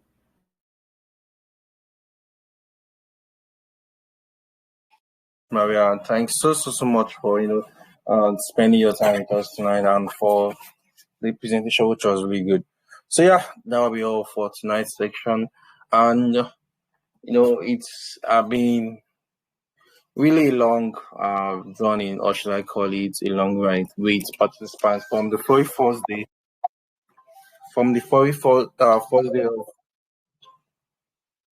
from the very first day of this event, till today, which is the 13th day, and have this kind of workshop which shapes the mindset of each and every of these participants to be able to start up something in the Web3 industry, because there are several opportunities, and being an NFT creator that stand out, it's also one of it. And we are glad we have creators like you who has left a footprint in the Cosmos ecosystem and has also done some amazing jobs in the past. This should be able to inspire others, and how you came into the ecosystem during the COVID-19 period, and over the period of 3 years, you've built something really amazing. This means that anybody can also build something. It doesn't matter your background, where you come from, or who is with you. It all depends on you yourself, your willingness to learn, your willingness to build, and also to be able to communicate with people, which is very, very important, and build relationship as well. So yeah, thank you so much once again, and officially this will be the end of tonight's section. So yeah, thank you very much everyone for joining us. We'll have a wonderful night, and make sure you follow Maria on Twitter. We'll be dropping a link to our social in the Telegram chat. So make sure you follow Maria on Twitter. If you have any question, do feel free to ask her. So yeah, that'll be all, guys. Thank you so much.